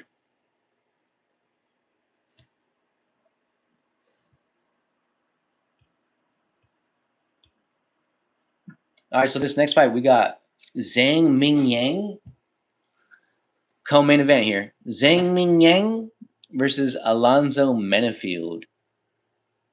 Alonzo Menefield, 38 years old. I just caught the end of the note because I refreshed it. Do you want to see the note again? Alonzo Menefield, 38 years. Zhang Ming Yang, 27 years old. Alonzo Menefield says 17-6. Zhang Ming Yang, 19-7. Again, we'll probably have to look. Yes, you want to see it. We would have to look at what they've done in the UFC. Oh my God, look at Mom Bear. Oh my God. You're hunky, you're Boo Bear, you're sugar daddy. Okay. Let's go look at what they've done in the UFC. All right. Take this over a little bit. Sugar daddy, yep. All right, so Zhang Ming Yang has 2 fights in the UFC, one knockout against Anthony Smith, and a loss due to a knockout to Johnny Walker. So this would be his 3rd fight in the UFC, and he's home, so that should be fun for him.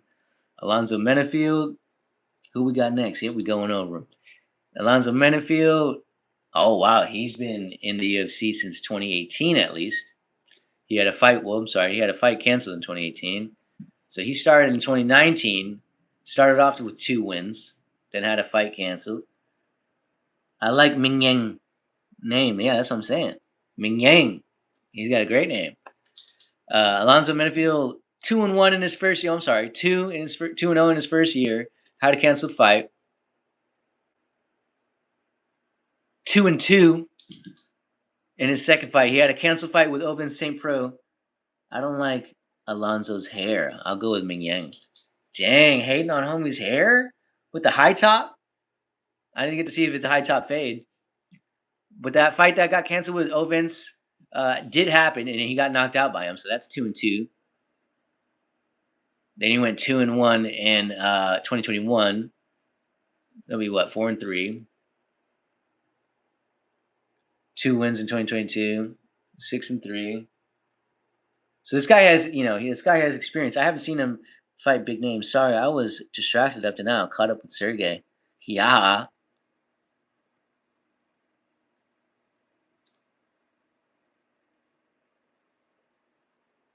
Lost to Carlos Oberg in 2024. Lost to Volkan last year. And this will be his first fight this year. So lots of experience, lots of good wins, some tough losses. This should be interesting. Y'all gonna remember this. There we go. Back on this screen.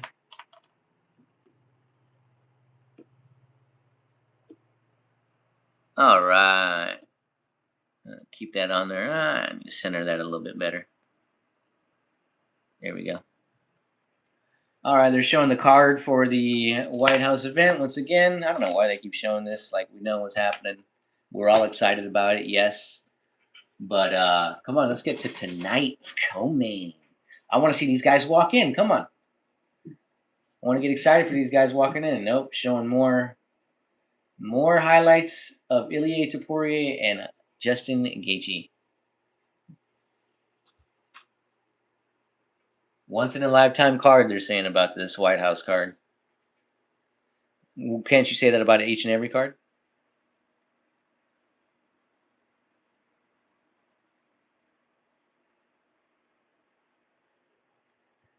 Lady just said he's coming off the greatest of hat tricks of knockouts in the UFC. That's funny how she worded that. My phone is on the brink, so if I'm gone, you know why. Don't worry. Gotcha. Thanks for letting me know. 2 more fights going here, so we ain't here for too much longer. A good maybe half hour left in this stream. Hopefully it holds out until Hassan is back. No worries, no worries.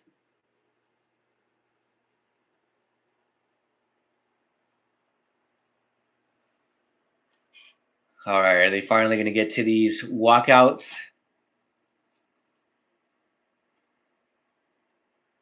Zhang Yang representing China, Alonzo Menefield representing the United States.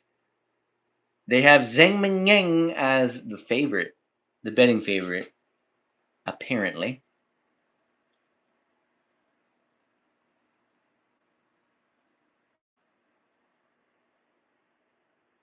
100% finish rate. But I mean, to be fair, that's off of one win from the UFC. So you finish one guy, yeah, you're gonna have 100% finish rate. Like, come on, it's a fucking diabolical stat to put up.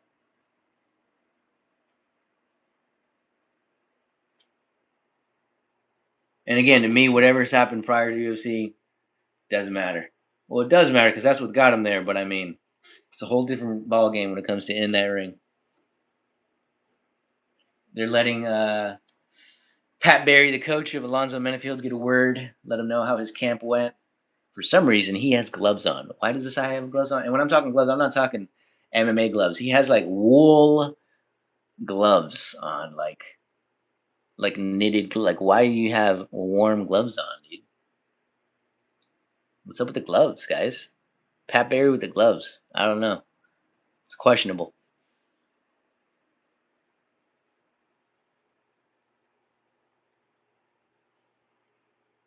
He's saying that Alonzo's going to move him around, play his game.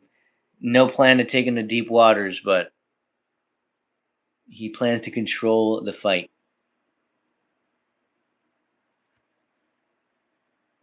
This guy's nickname, Zhang Mingyang, is Mountain Tiger. Love that.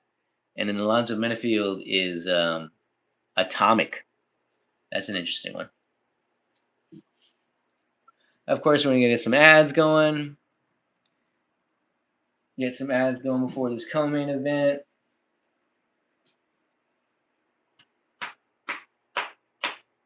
Which is going to be at light heavyweight this come-in. If you guys are just dropping in, I am watching along the UFC main card in China.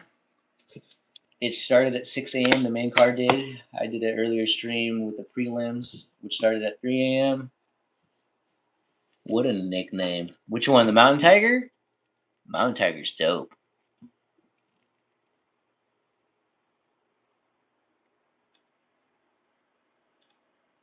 And if again you're just dropping in, it is nearly 8 a.m. here, so good morning, good afternoon, wherever else you're from.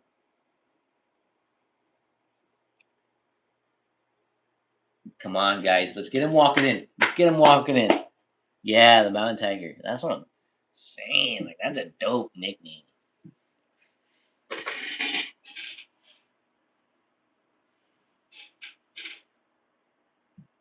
I remember this guy. When I saw him fight last, he did disappoint me because his last matchup was against Johnny Walker, Zhang Yang, and I remember them hyping this guy Zhang because he had all sorts of knockouts in the last place he fought at, not UFC, the last promotion. And when I heard that, and he's fighting a guy like Johnny Walker who has a lot of lowlights of getting knocked out, I would expect this guy to knock out Johnny Walker. Well, no, Johnny Walker caught him and put him out, which surprised the hell out of me. Um, so we know this guy, even though he has lots of knockouts, we know he can get knocked out.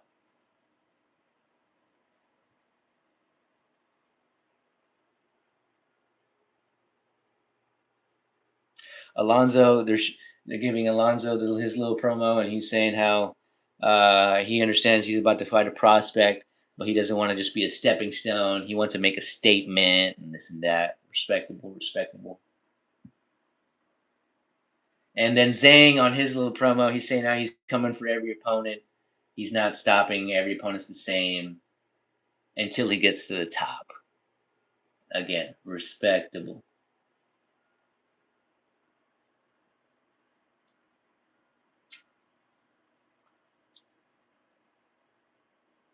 He's had some scary knockouts. They're showing the highlights right now. Some pretty scary knockouts.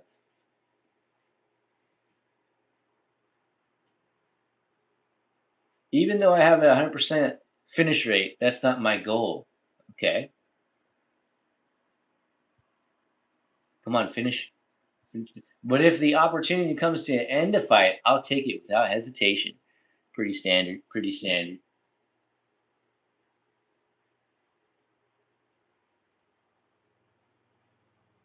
And Mennefield fighting again since 2018 with the promotion. Oh, I'm sorry, 2019. That was his first fight. But he started off in the Dana White Contender Series, is what I'm finding out right now. Um, so that's good. You know, I mean, he worked his way up to be where he's at.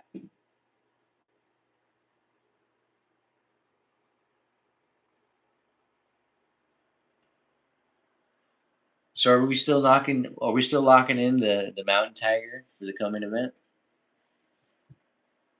We got Mennefield walking out right now.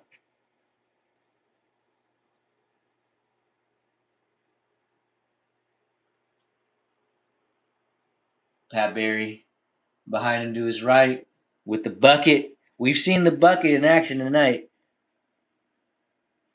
Definitely locking him in. Got it.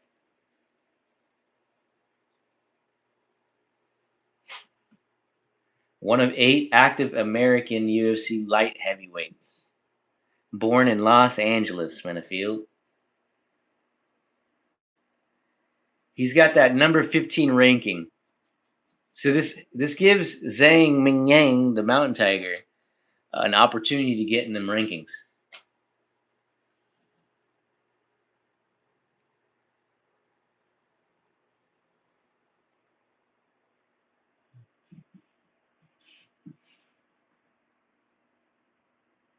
He's about to get that Vaseline rubbed up on him. Alonzo Mennefield getting his last words from Pat Barry, his coach. About to get that Vaseline rubbed up on him. Get his fingernails checked. Make sure he's got his mouthpiece in. Get him in there. Get him in that ring. It says fifth fastest submission in modern UFC light heavyweight history with 1 minute and 11 seconds.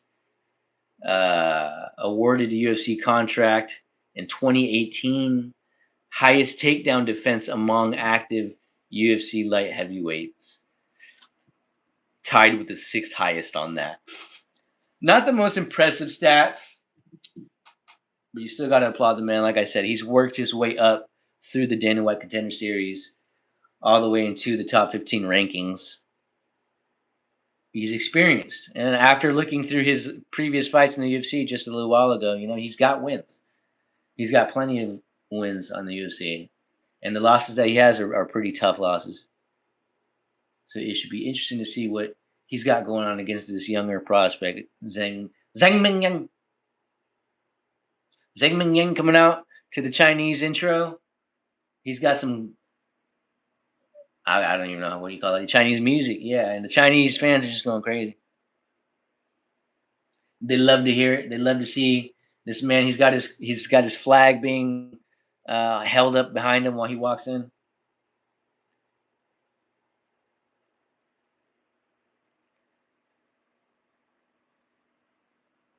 walking in pretty slowly. Doesn't seem like he's too eager. He's a fan favorite for sure. Fan favorite for sure. Co-main and main to have Chinese fighters in China. That's awesome. You know, China is just loving it right now.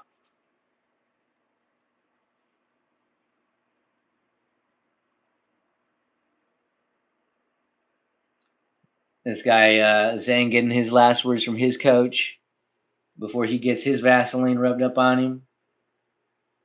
The guy's got 3 lines on the side of his head. I don't usually see a lot of Asian guys going with the designs on the side of their head or the back of their head. But yeah, this guy's got the 3 horizontal lines going. Then you got a bald guy about to rub the Vaseline on him. You know those bald guys, they love to handle that Vaseline. I don't know what it is. Bald guys love to handle that Vaseline. Bald guy rubbing the Vaseline on his brows right now. Some stats we're seeing is 19 first round finishes, finished all 19 wins, 13 knockouts, 6 submissions, and won 12 of his last 13 fights. And that one loss was his last fight.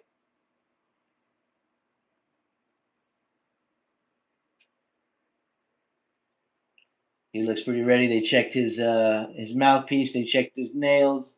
Get up in there. He's walking the steps. He's smiling. He's getting himself amped up. He's raising his hands up for the crowd. They're giving him a cheer. It's exciting. Exciting. Co-main event coming up next after this fucking 30-second break. God damn it. Okay, at least I get to still see the guy bounce around in the ring with this ad going on the left side. They're not completely cutting me off here, guys. I can still look around. I can still see Zhang bouncing at his edges, his corners, got his hands on the fence, talking to his coach, getting amped up. See, these are the ads we want. These are the ads we want to keep having. I can still see the action.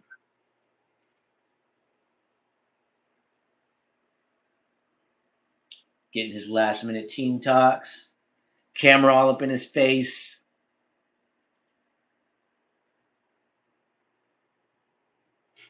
Zhang Mingyang, 27 years old. Manafield, 38.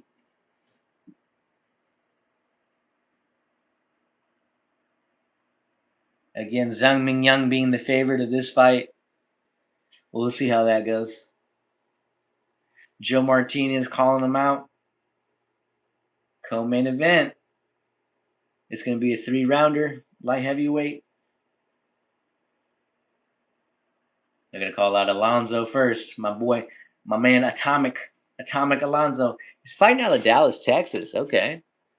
My computer screen is turning off on me, though. Come on. Fighting out of Dallas, Texas. Respect. Underdog, though.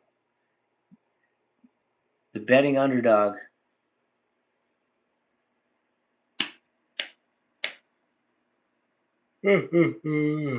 Excuse me.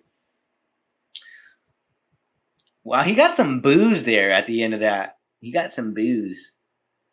If anybody's just joining in now, watching the UFC main card, we are now on the co-main event.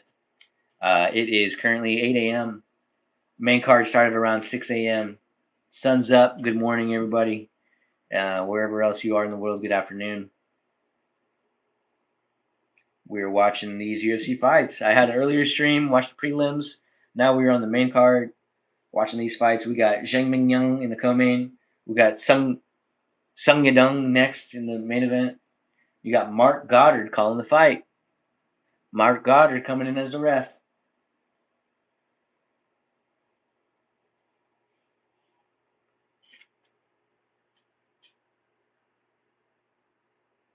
These guys are getting ready to fight. Touch gloves. Zhang Mingyang comes out with a right teep kick that doesn't connect. A left high kick doesn't really hit his arms. Menafield comes with a low kick.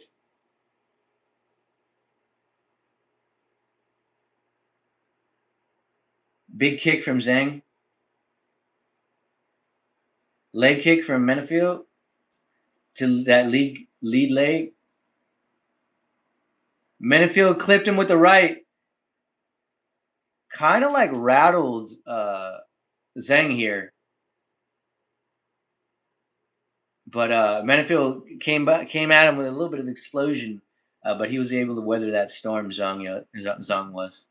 Now they're tied up here. They're clenched in the center. Looks like Zhang's about to get pressed up against the cage. Menifield clinch underhook on the right side. Double underhooks. Pressing Zhang against the cage. Zhang has a welt underneath his left eye. That connected very well earlier.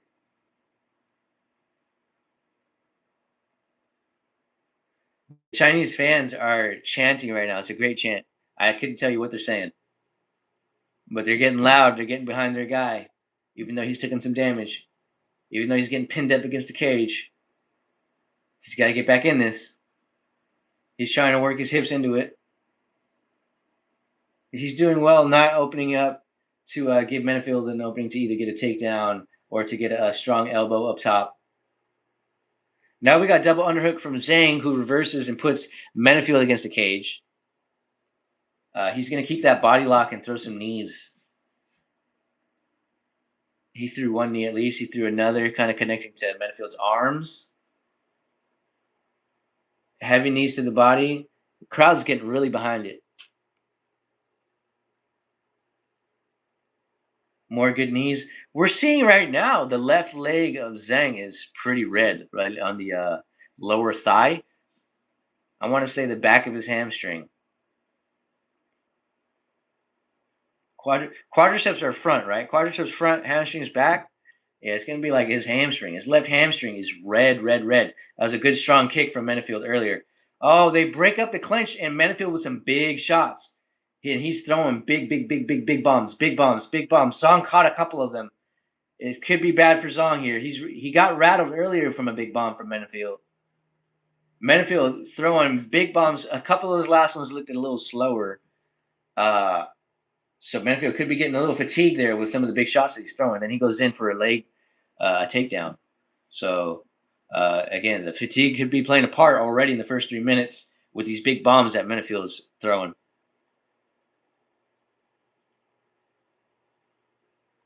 But again, Menifield has Zhang against the cage here, pinned up. Had double underhooks. Now he has a left underhook. Mingyang is trying to pummel in and get that underhook himself. Menifield not really doing anything here. Oh, he elbowed Menifield and hurt him, but yeah, to break up out of that clinch, Zhang Mingyang threw an elbow, which connected very cleanly. Menifield looked rattled, but Zhang did not capitalize. He didn't rush him. He didn't pressure him. And Menifield getting his wits back and still throwing some good bombs that just drop Zhang. Just drop Zhang. Menifield on top here, trying to get some ground and pound. Zhang back to his feet against the cage now. Menifield throwing some bombs against the cage. Only a minute left in this first round. Will it be finished here? Will Mark have to step in here? Big bombs. Oh, big right, big left. Put Zhang down. It put Zhang down. It's over. Mark stopped the fight. Mark stopped the fight. Wow. Oh, man. Spoiled it for the fans. Spoiled it. But that was still exciting. That was still great action. I want to see that elbow again.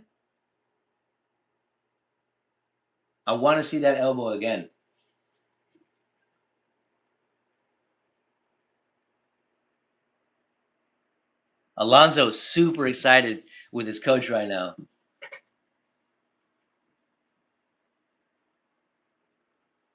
He is yelling all around the ring. That adrenaline is out the fucking roof right now. Gotta love it for Menifield. Come out and made a statement like he said he wanted to do. Big power shots. Zhang, what I mean? I'm seeing now. This is the second fight I've seen Zhang fight live. And not a great chin.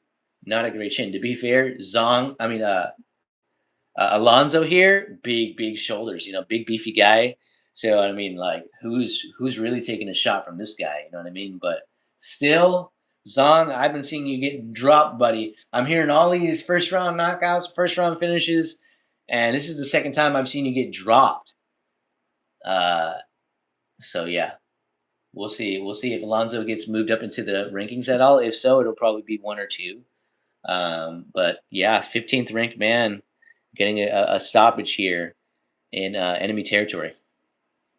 So shout out to Alonzo Menafield.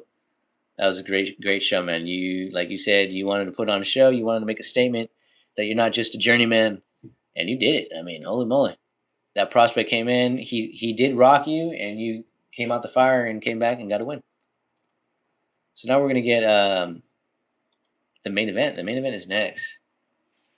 Main event is next. I see 0 viewers. I think it is a good time to go and use the restroom real quick.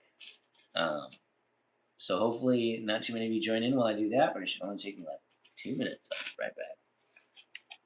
Give me 1 moment, please.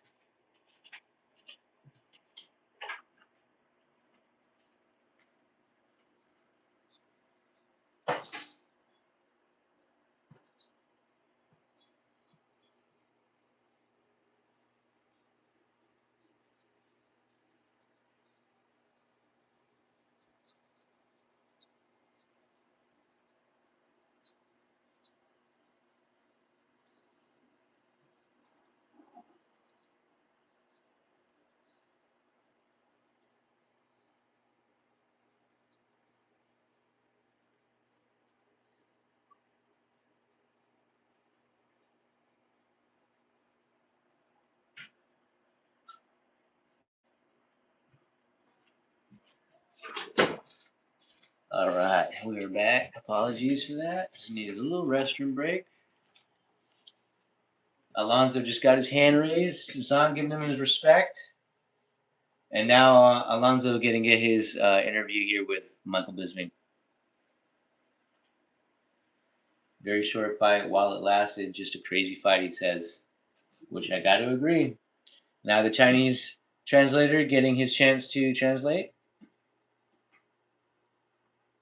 Second most finishes among active UFC light heavyweight. That's great, man. That's great.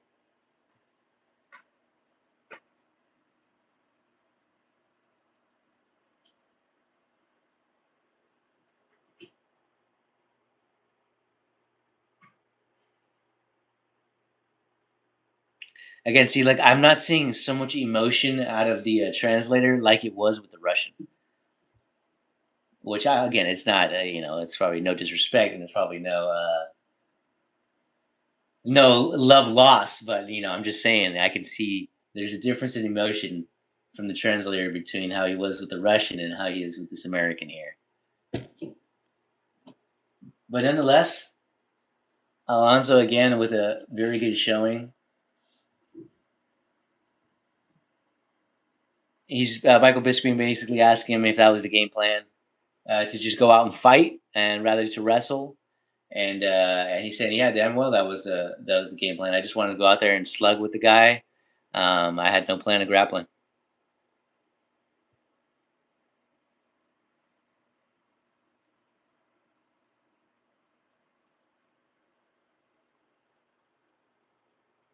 Michael Bisping just asked him, "We know your wife is here. It probably means a lot to you. What did it mean for you to win in that type of style?"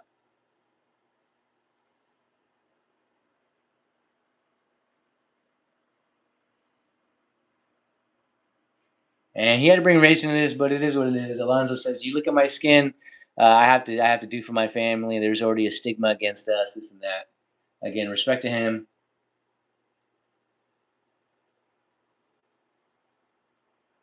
And the Chinese fans are applauding that. Respect to the Chinese fans. Respect to the Chinese fans. Because, like you said, look at my skin. There's a stigma against this, but I'm out here protecting my family, providing for my family, this and that. And the Chinese fans applaud that. Respect to the Chinese fans. Alonso says he wants top 10 competition.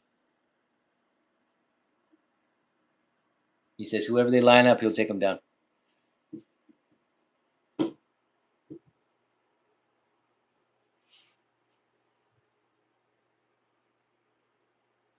Yeah, he does a little flex there for the camera at the end. And then that lines us up for our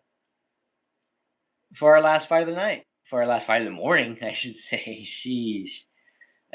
Song Yadong and Davison Figueiredo. I'm sure it's going to be like another 5 minutes before that fight actually starts. So we'll be here chatting it up, kind of chilling, just waiting for it to go down. But we will go through. Let's go through, you know, Song Yadong's career while he's been at the UFC. He's been here since 2017, right? So that 2017, we're gonna change this view a little bit.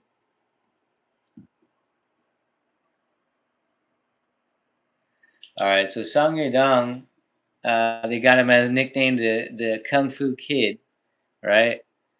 Came into the UFC 2017 and started off with a win.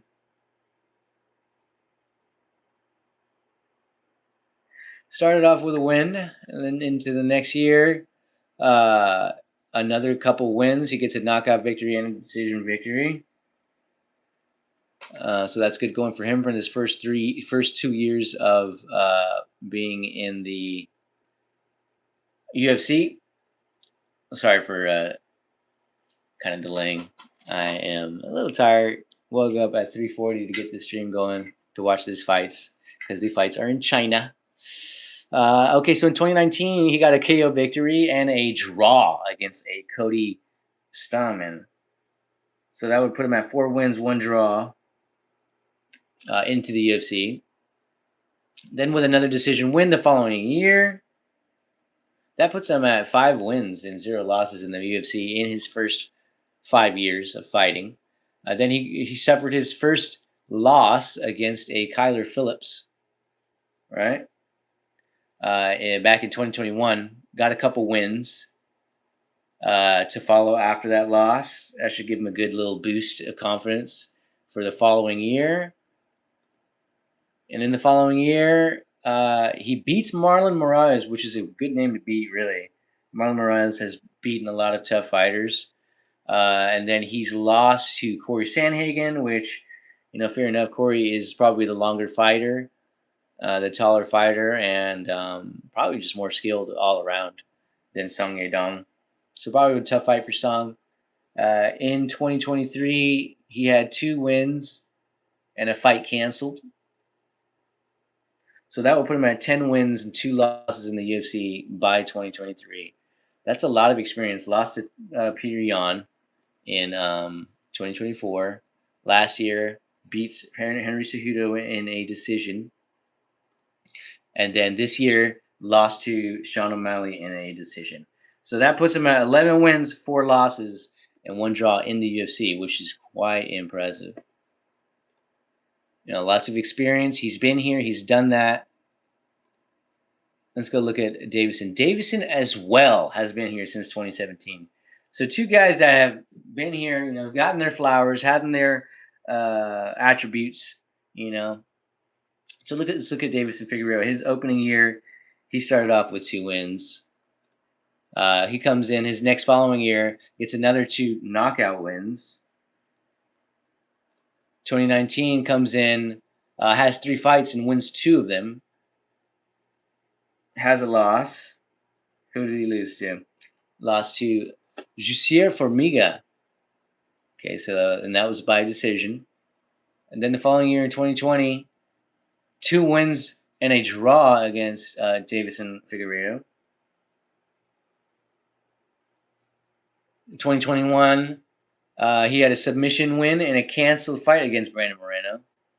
Oh, I'm sorry, a submission loss to Brandon Moreno and a canceled fight against him. So the canceled fight was in December. That was going to be the rematch because he lost to him in June.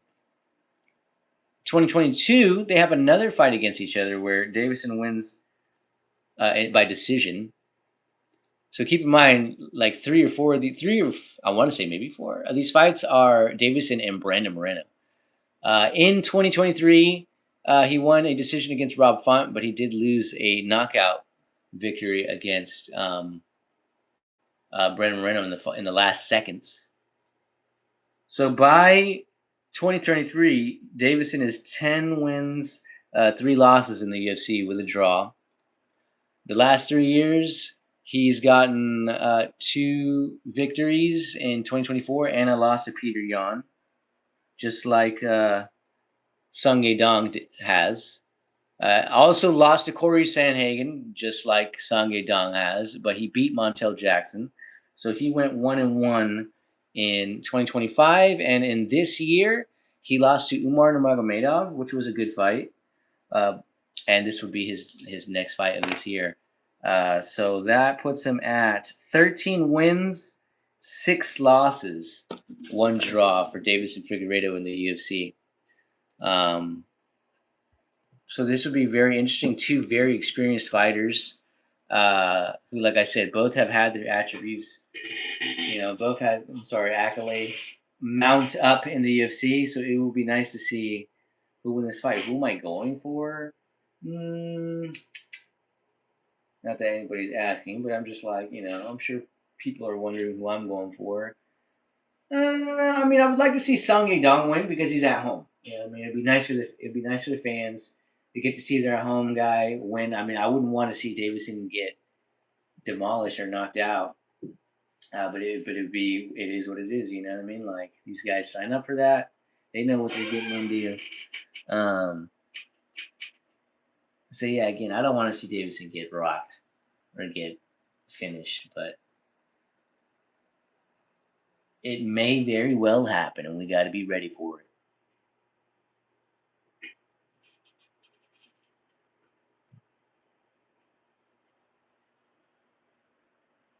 Showing the last bit of highlights before they get these guys walking in. They're getting the first guy to walk in. I'm pretty sure it's Davison. They're showing the green, blue, and yellow lights. Brazilian flag colors. Shouts out to my Brazilians.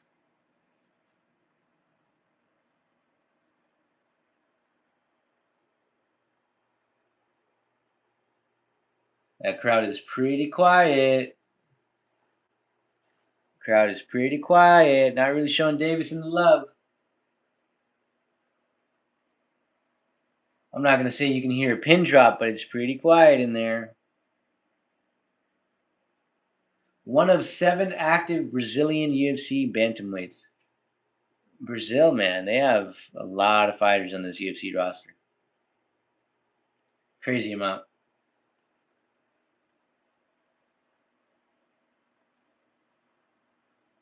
He's got the Brazilian flag around his shoulder, coming in with the open toe flip flops. That means he's ready to fight, guys. That means he's ready to just kick off his chanclas and put a beating down. That's what that means, right? Got his God of War head dye. That would be a red stripe through the head. Last fight of the night, guys. Last fight I'm calling. This is the main event of the UFC card in China. Whoever is just dropping in, that's what we're doing here. We're watching over the UFC fights and just chilling, really. Sun has already been up for a while here, so good morning. Wherever else you are in the world, good afternoon. Davison getting his last little words from his coach, getting some motivation.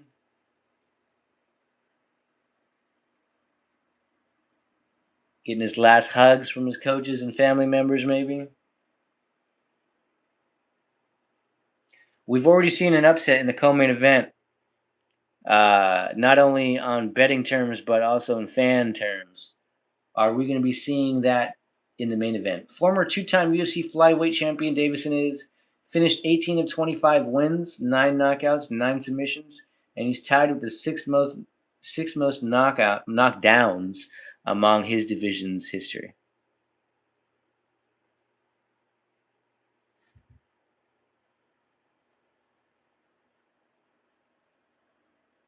His nickname, like I've mentioned before, is God of War, but it's in Portuguese, so I think it's do da guerra. Do da guerra or do de guerra or doi de guerra. I could be saying it wrong. I am not a Portuguese speaker. I do speak some Spanish. Hablo un poquito de español, pero no con fluencia.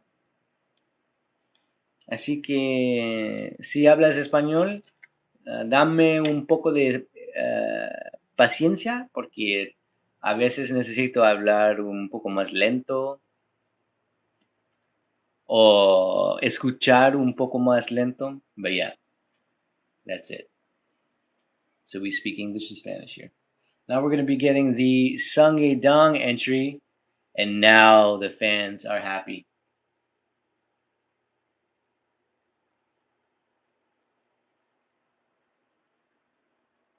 They're getting the red and yellow lights out. That's for the Chinese flag.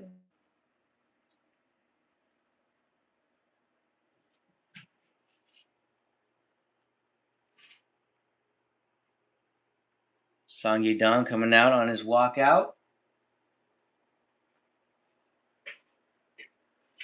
Nice little tranquil music to get him out here.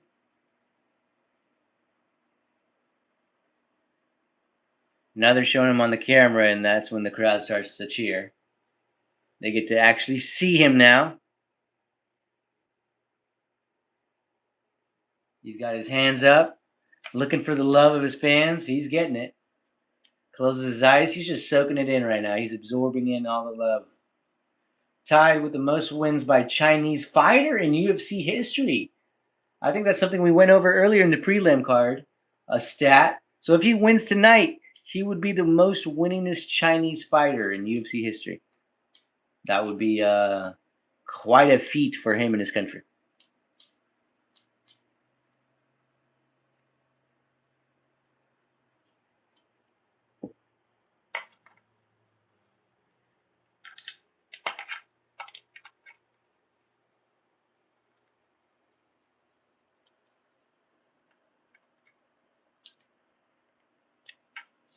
So now the commentator is basically describing the beginning of Song Yedong's journey, and apparently, it comes from China, but he reached out to Uriah Faber, who is a former UFC fighter, and said basically he needs a coach. He needs a coach, and it's been history since then. Uriah Faber's been his coach, getting him ready for elite competition. Song Yedong and Uriah Faber embracing.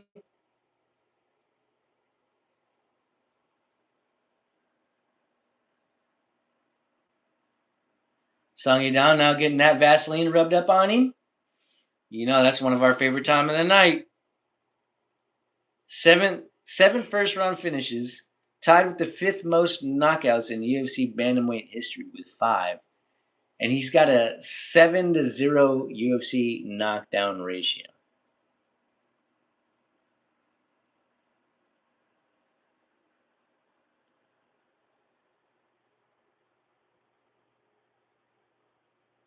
His coaches are trying to get him amped up right now. Right before he enters the cage, he puts up his hands one last time, and the crowd is going crazy. Getting all the love that he deserves. You got to remember, this guy has been a UFC fighter since 2017. That's nearly 10 years. That's nearly a decade of fighting. And so, yeah, these fans, they owe him a lot. Davison biting down on his glove right now.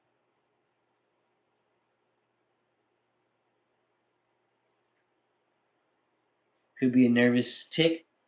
Could be just excited, biting his glove.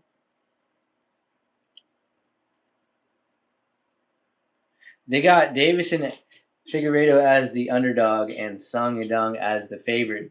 Remember, Song Yedong is number five ranked, and Davison is number 7 ranked.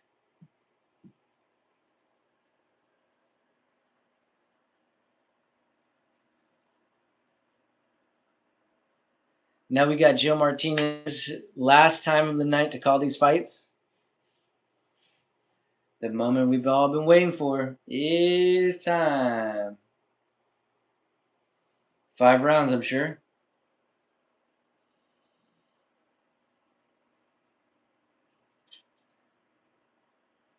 Yeah, 5 rounds. So that's a possible 25-minute fight.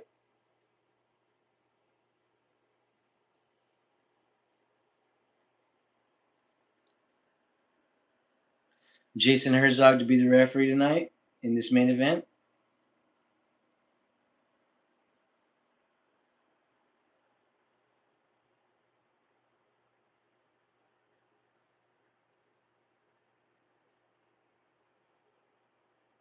He's getting the crowd amped up right now.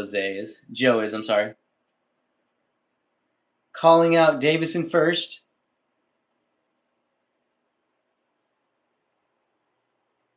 Brazilian, as we know.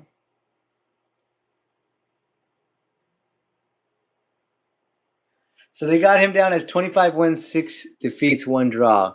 And we know that in the UFC, he's 13 wins, uh, 6 losses, 1 draw. So the losses and draw he's only had in the UFC. So he was undefeated before entering the UFC. It just goes to show, guys, that's kind of why I don't really take their record to account um, prior to the UFC. Even though, yes, it does mean something, it's not meaningless. You know, he's had pro fights that he lost none of them at. That's impressive. But UFC is a different ballgame. Heilongjiang, he's fighting out of Heilongjiang, China.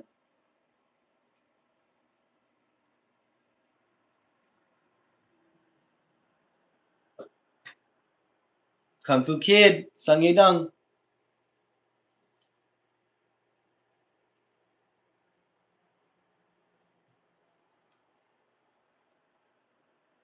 China #1, fans are saying in the stands right now. A handshake to the gentleman in the center after Jason calls him into the center. Usually you see a fist bump there, but there's a very gentleman handshake there. A lot of respect between these two men.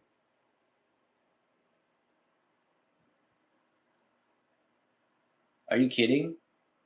So commentator just said right now China hasn't won a fight tonight. And I forgot, yeah, I think it's the Japanese and Korean fighters that have. China hasn't won a single fight tonight. Oh my god, that's crazy. Oh my gosh, Song.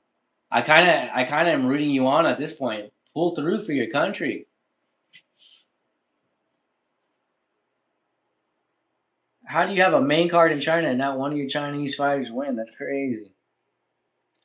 All right, so we've already got 30 seconds through. Nobody's really thrown anything yet. It's more so Sung Yudong controlling the center and Davison playing the outside.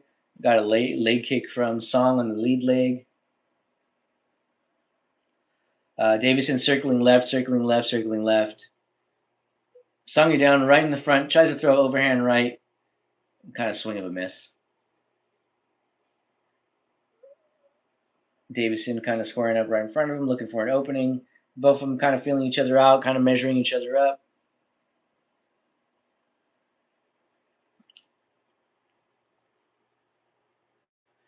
Song throwing some leg kicks.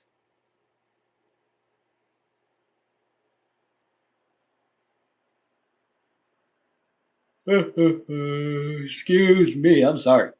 If anybody is just joining in now, yawning because it is 8:30 in the morning. I woke up at 3:40 in the morning to start streaming these fights. I took a break between the end of the preliminary card and the main card. But we are back streaming the main card, calling these fights. We are now to our main fight. So the main card started at 6 a.m., but now it is 8:30, and our main fight just started. The last fight of the night. I'm sorry, I keep saying night. Last fight of the morning. Um, so I'm a bit tired. So apologies for the yawning. We got Sang Yedong just threw a little 1-2, kind of like miss there. Davison did have to get out the way. Davison trying to stay in the center here, not really backing out towards the cage, which is good. A little oblique kick from Davison. Leg kick from Song to the lead leg of Davison. Nice body kick from Davison. It finds its target, left leg, found right into the right ribs. Song Yadong kind of pressuring forward. Davison a little closer to the cage now. We are halfway through that first round. 2.5 minutes gone. 2.5 minutes to go. Another leg kick from Song. Oh, nice clean right from Davison. Right over the top. Song Yadong ate it. He absolutely ate it.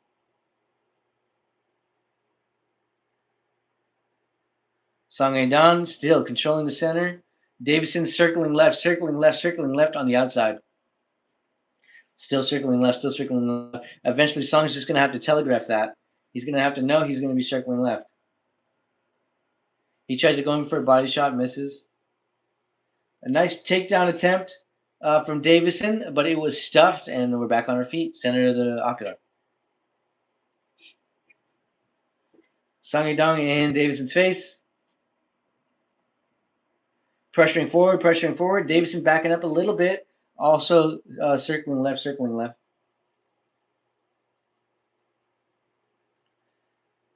Nice kick from Davison to set up a single leg, but Song Yadong was able to snatch his leg out of there. So good defense from Song. We're back on our feet, remaining on the feet. Song Yadong kind of controlling the center. Davison still on the outside. That's kind of what we've been seeing for the most part of this first round. Song Yadong controlling the middle.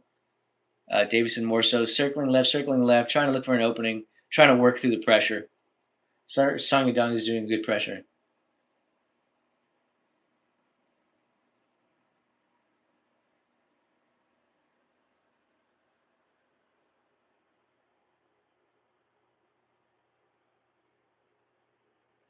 Body kick attempt from Davison. Doesn't really find his target. And Song Yadong tried to catch it, but he couldn't. Davison still working this outside, circling left.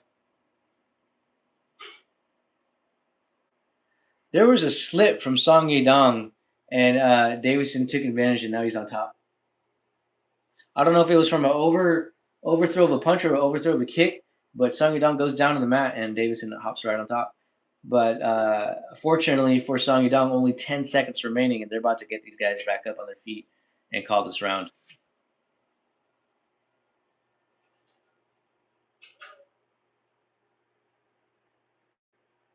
It would be interesting to see how they call that first round. Yes, we saw a slip and a cover up from Davison. I feel like we saw a little bit more connection from Song Yadong. I didn't really see enough from that first round to be able to really say, oh, he did better. So we'll just have to continue watching how this fight goes. So to me, that could be a toss up. I'm not too sure who would win that first round. I could see arguments for both sides.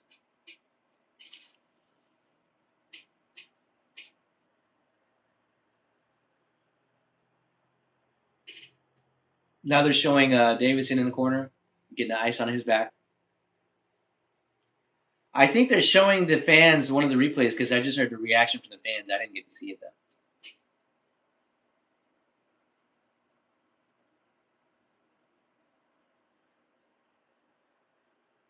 All right, we're about to get round 2 started off here.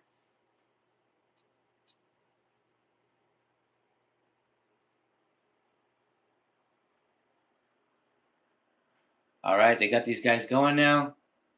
We're back in the center with the action.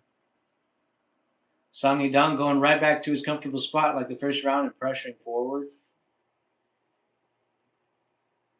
Davison, same thing, kind of wanted to stay on the outside, circle left. We're seeing a high kick from Davison, didn't really connect. Hit the arms of Song. Song goes in with a leg kick. It disrupted whatever Davison was trying to do there. So good leg kick from Song. Song pressuring forward.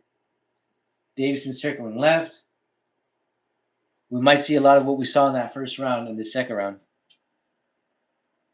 Crowd react to a shot from Song, but it didn't look like it landed that well.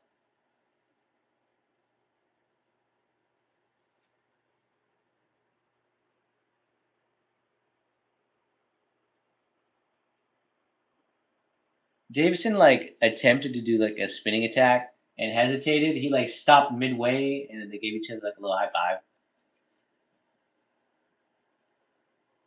Someone says Figueroa lands the harder shots and secured the round with a takedown in the final seconds.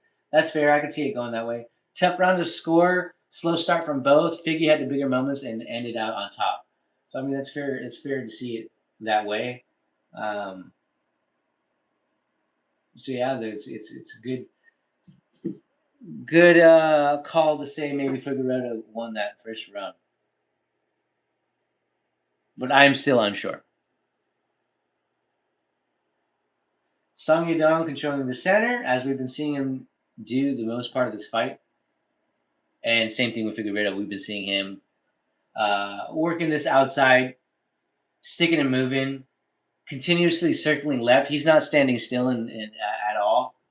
He goes for a high kick. Sung Yadong catches it, takes him down. He's on top. Davidson gets back to his feet, but Sung keeps that leg. He has that leg lifted while he throws two big right hands over. Um, So while he has that leg up in the air, Song hits him with two big right hands. But now that leg is dropped, and we're back on our feet uh, at that same position that we're used to. Song controlling the center, Davison circling left, and hanging on the outside. Good little flurry right there. It started with Davison head kick. Oh, a right hand from Song Yadong. It connects, and there was a flinch from Davison. It didn't really look like it rocked him, but he definitely acknowledged that shot. Song Yadong pressuring forward, pressuring a little bit more than what we've been seeing earlier. He wants to try to get him against this cage here. Nice leg kick. It made Figueredo stumble a little bit on that left leg. And now it made Figueredo switch lead legs. Song is starting to get off some big shots here. Hold him off the center. Figueredo holding the back line. Trying to go in for a lucky overhand right. No, not going to connect there, bud. Figueredo goes for a shot. They're scrambling. Oh, Song gives him a head kick on the way up. No knees on the ground, no hands on the ground. That was a fair blow. Didn't land flush, but goes for a head kick right as on the way up.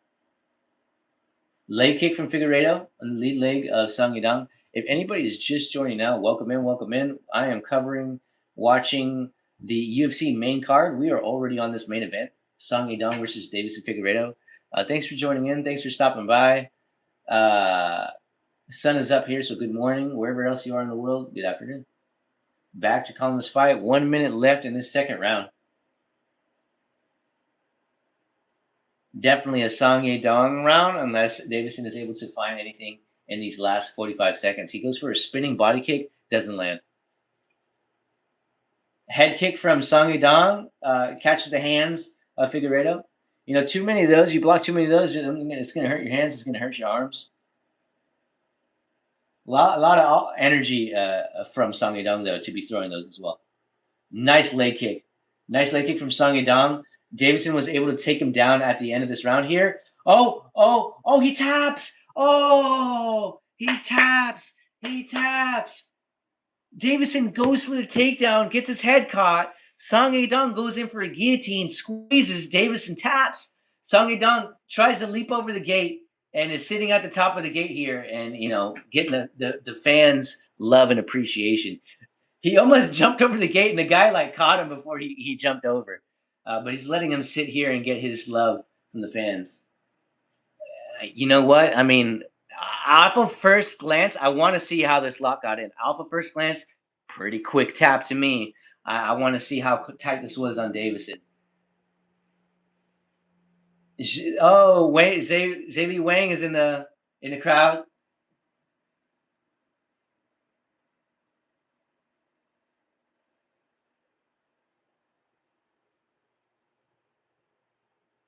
Go Song, man. Go Song.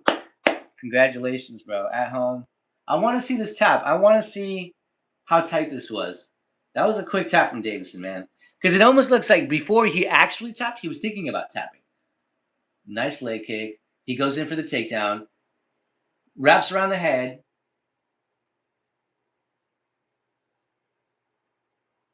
Oh man, he must have squeezed so long. Oh, I mean, yeah, he's right underneath that jawline. A very strong squeeze. I'm saying strong squeeze, dogs. Like holy shit, about to pop the melon of this guy. So I mean, fair play to Davison for tapping. You can see him. You can see him think about tapping right before tapping. He comes up and throws his arms up in the air as if like, what could I have done? You know, probably disappointed himself. Um, but all respect to both fighters.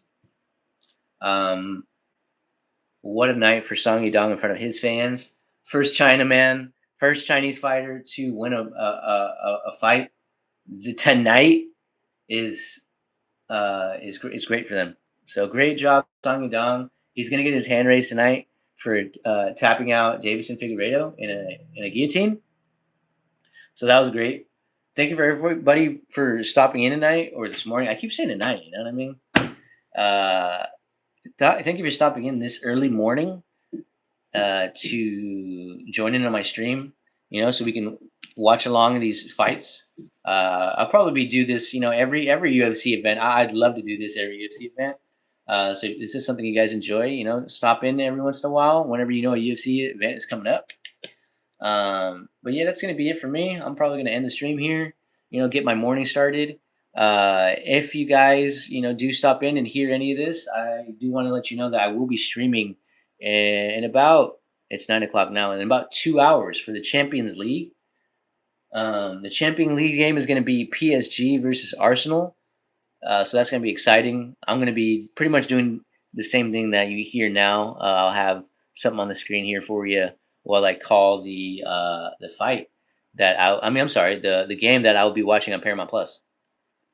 So if you guys are with me later, that'd be great. We're going to be watching that Champions League game. If not, have a good day, have a good evening.